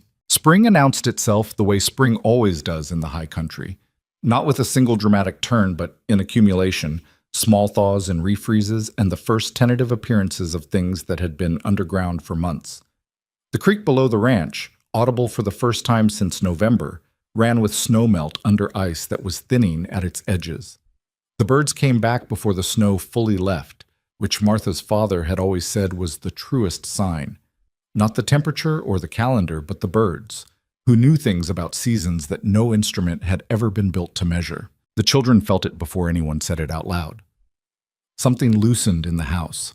Not that it had been tense, but there is a particular constriction that winter puts on people in the high country that is separate from cold or fear, a compression of the possible, and when it begins to lift, the body registers it before the mind does.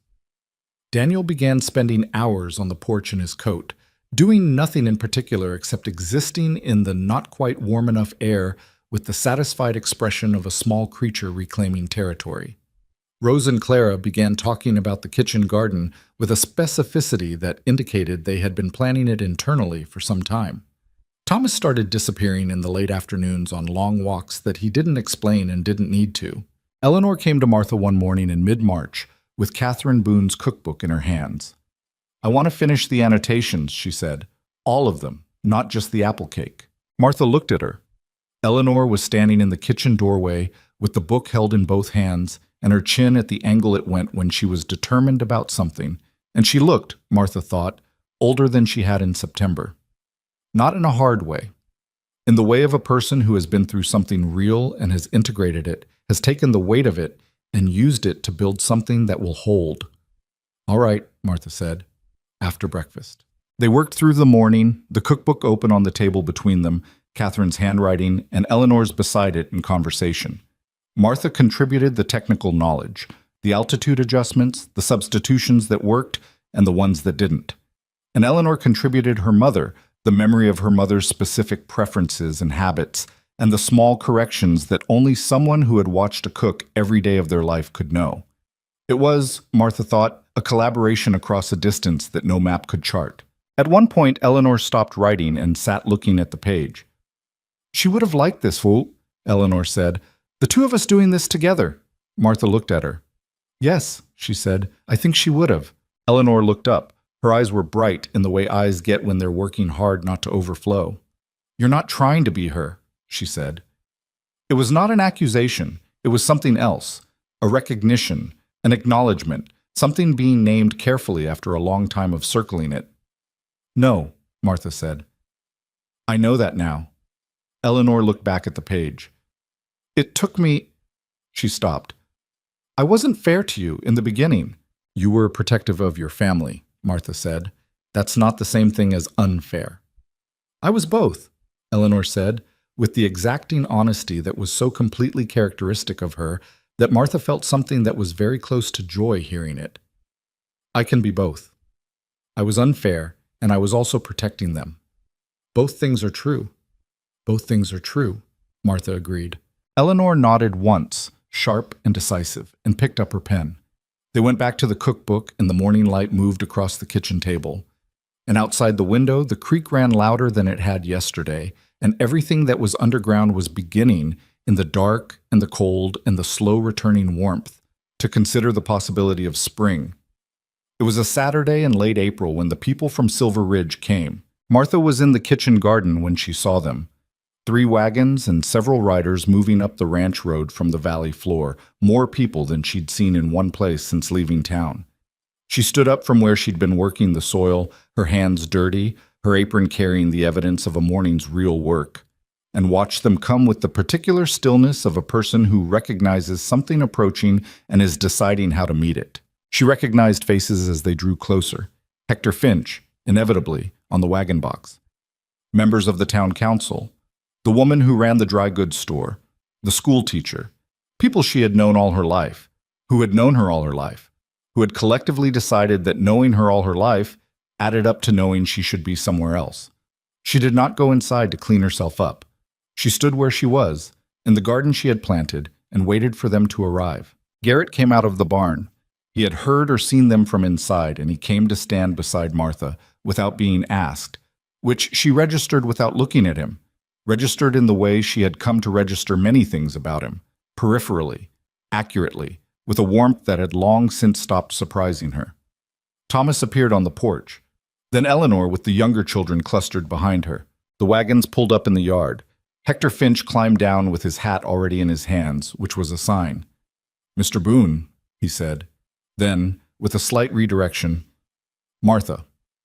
Hector, Garrett said. His voice was pleasant and entirely without invitation. There was a moment of collective hesitation from the Silver Ridge contingent. The particular hesitation of a group of people who have arrived somewhere with a purpose and have encountered an atmosphere that is not what they budgeted for. They looked at the ranch. They looked at the neat yard, the repaired fence rail, the clean barn door rehung on new hinges, the kitchen garden already showing green in the April warmth. They looked at the children on the porch, all 6 of them, healthy and present and clearly at home in their own lives. They looked at Martha in her garden apron, standing beside Garrett Boone like she had every right to be there, which she did, which she had earned in every possible way a person can earn a right to a place. It was the council chairman, a man named Harlow Webb, who found words first. He was a large man with a politician's instinct for the size of a room, and he read this particular room and adjusted accordingly. We've been hearing things, Harlow said, from the Valley families about the winter. It was a hard winter, Garrett said. From what we're hearing, Harlow continued carefully, it might have been considerably harder for some of those families if... He glanced at Martha, started again. We understand that the Boone Ranch was something of a center for the valley during the worst of it. Martha said nothing. She let the silence be what it was. The Henderson family sent a letter to the town council, said a woman near the back, Agnes Mercer, who ran the dry goods, who had once told her customer loudly enough for Martha to hear that certain people should be grateful for what they could get. Agnes was looking at the ground as she spoke. Ruth Henderson wrote to us about her children, about her youngest girl's fever, about the medicines and the food that came. A pause. She was specific about who was responsible. More silence. The April wind moved through the kitchen garden and smelled of turned earth and the particular green smell of things beginning. It was Hector Finch who said the thing that was actually trying to be said, because Hector, for all his smallness, did occasionally locate a vein of plain speech when the alternative was becoming intolerable. We treated you poorly, Martha, he said. The town did. I did. He was looking at her directly, which she gave him credit for. We sent you away like you were something to be solved. And what you did here this winter?" He stopped. "We came to say we were wrong." The yard was very quiet. Martha looked at Hector Finch and at Agnes Mercer and at Harlow Webb and at the assembled faces of Silver Ridge, the town of her birth, the town that had decided 28 years ago what she was worth and had never revisited the assessment until a hard winter and a set of other people's testimony forced the question. She was aware of Garrett beside her, of the children on the porch, of the garden under her feet with its rows of seedlings she had put in the ground herself. She thought of many things she could say. She said, "Thank you for coming." It was not forgiveness, not the immediate, complete transaction clearing kind that people sometimes offer to make themselves feel better about accepting it. It was something more honest than that, an acknowledgement that they were here, that they had made the trip, that the trip itself was not nothing. Forgiveness was something she would do in her own time, in her own way, because she was the one who got to determine its pace. Harlow Webb seemed to understand this, or at least to understand that he was not getting more than he'd been given, and that was fair. He nodded. He looked at Garrett. "Whatever you need, going forward, from the town, we'd like to—" He searched for the right word. "Be useful." "We'll keep that in mind," Garrett said. There was food and coffee on the porch, because Eleanor had started the coffee the moment she saw the wagons coming up the road, because Eleanor was constitutionally incapable of allowing guests, even complicated ones, to stand in a yard without being offered something. The Silver Ridge visitors drank their coffee and were civil, and the children were polite, and the whole thing had the texture of a beginning, tentative, slightly awkward, nothing resolved in the easy way, but real. A beginning of something different. When the wagons left in the late afternoon, moving back down the road toward the valley and the long way to Silver Ridge, Martha watched them go from the porch. Garrett stood beside her. The children had dispersed to their evening tasks. The kitchen garden was gold in the late light. The mountains above the ranch were doing what the mountains always did in spring evening, turning through blue and violet and the particular deep rose that lasted only minutes and was gone. "Are you all right?" Garrett asked. Martha considered the question with the seriousness it deserved. "Yes," she said, and meant it completely, which was itself something new. Garrett was quiet for a moment, then, "I've been thinking about something." She waited. "I've been thinking about it since February, actually, since the night of the storm when you—" He paused. "When Samuel fell asleep and you were—" Another pause.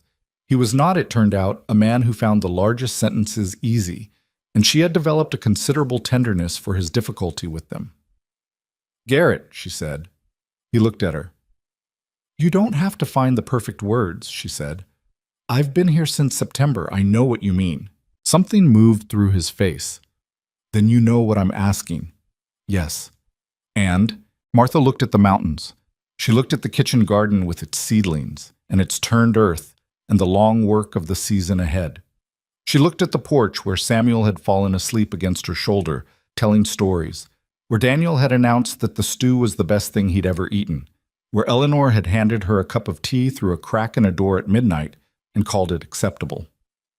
She thought about Thomas saying engineering with the careful voice of someone placing something fragile down for the first time, and about Rose's riverstones lined up on the kitchen windowsill, and about Clara's laugh when the snow blazed white and brilliant after the second storm. She thought about her father, crouching in the forest beside some unremarkable plant, telling her that the wilderness provides, if you take the time to learn its language. She had learned. She had always been learning. And the wilderness, this particular wilderness of mountains and winters and grieving children and a man who felt everything deeply and showed it slowly, had provided in ways she had not had the imagination back in Silver Ridge with her carpet bag and her wicker basket and her resolve not to look back, to anticipate. She turned and looked at Garrett Boone. "Yes," she said. He looked at her for a moment with an expression she had finally, after all these months, found the word for. It was the expression of a man who has been keeping himself together with great effort and care, and who is, for the first time in a long time, being told he can set the effort down. He reached out and took her hand, her capable, strong, unbeautiful hand, the hand that had gathered wild mushrooms and packed medicine bundles and stirred 100 pots and written her father's knowledge into careful ledgers and he held it with both of his in the way you hold something you have decided, deliberately and completely, to keep. They stood like that in the late April light while the mountains changed color above them and the valley below moved through its patient return to life.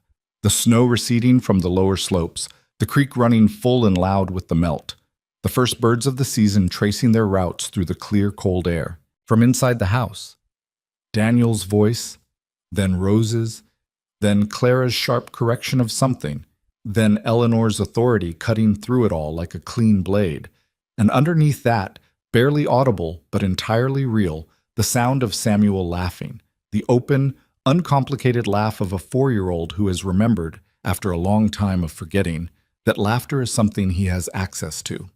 Martha heard it and closed her eyes for one moment and held it. Then she opened her eyes and looked at the garden and the mountains and the man beside her, and she thought about the meal that had started everything.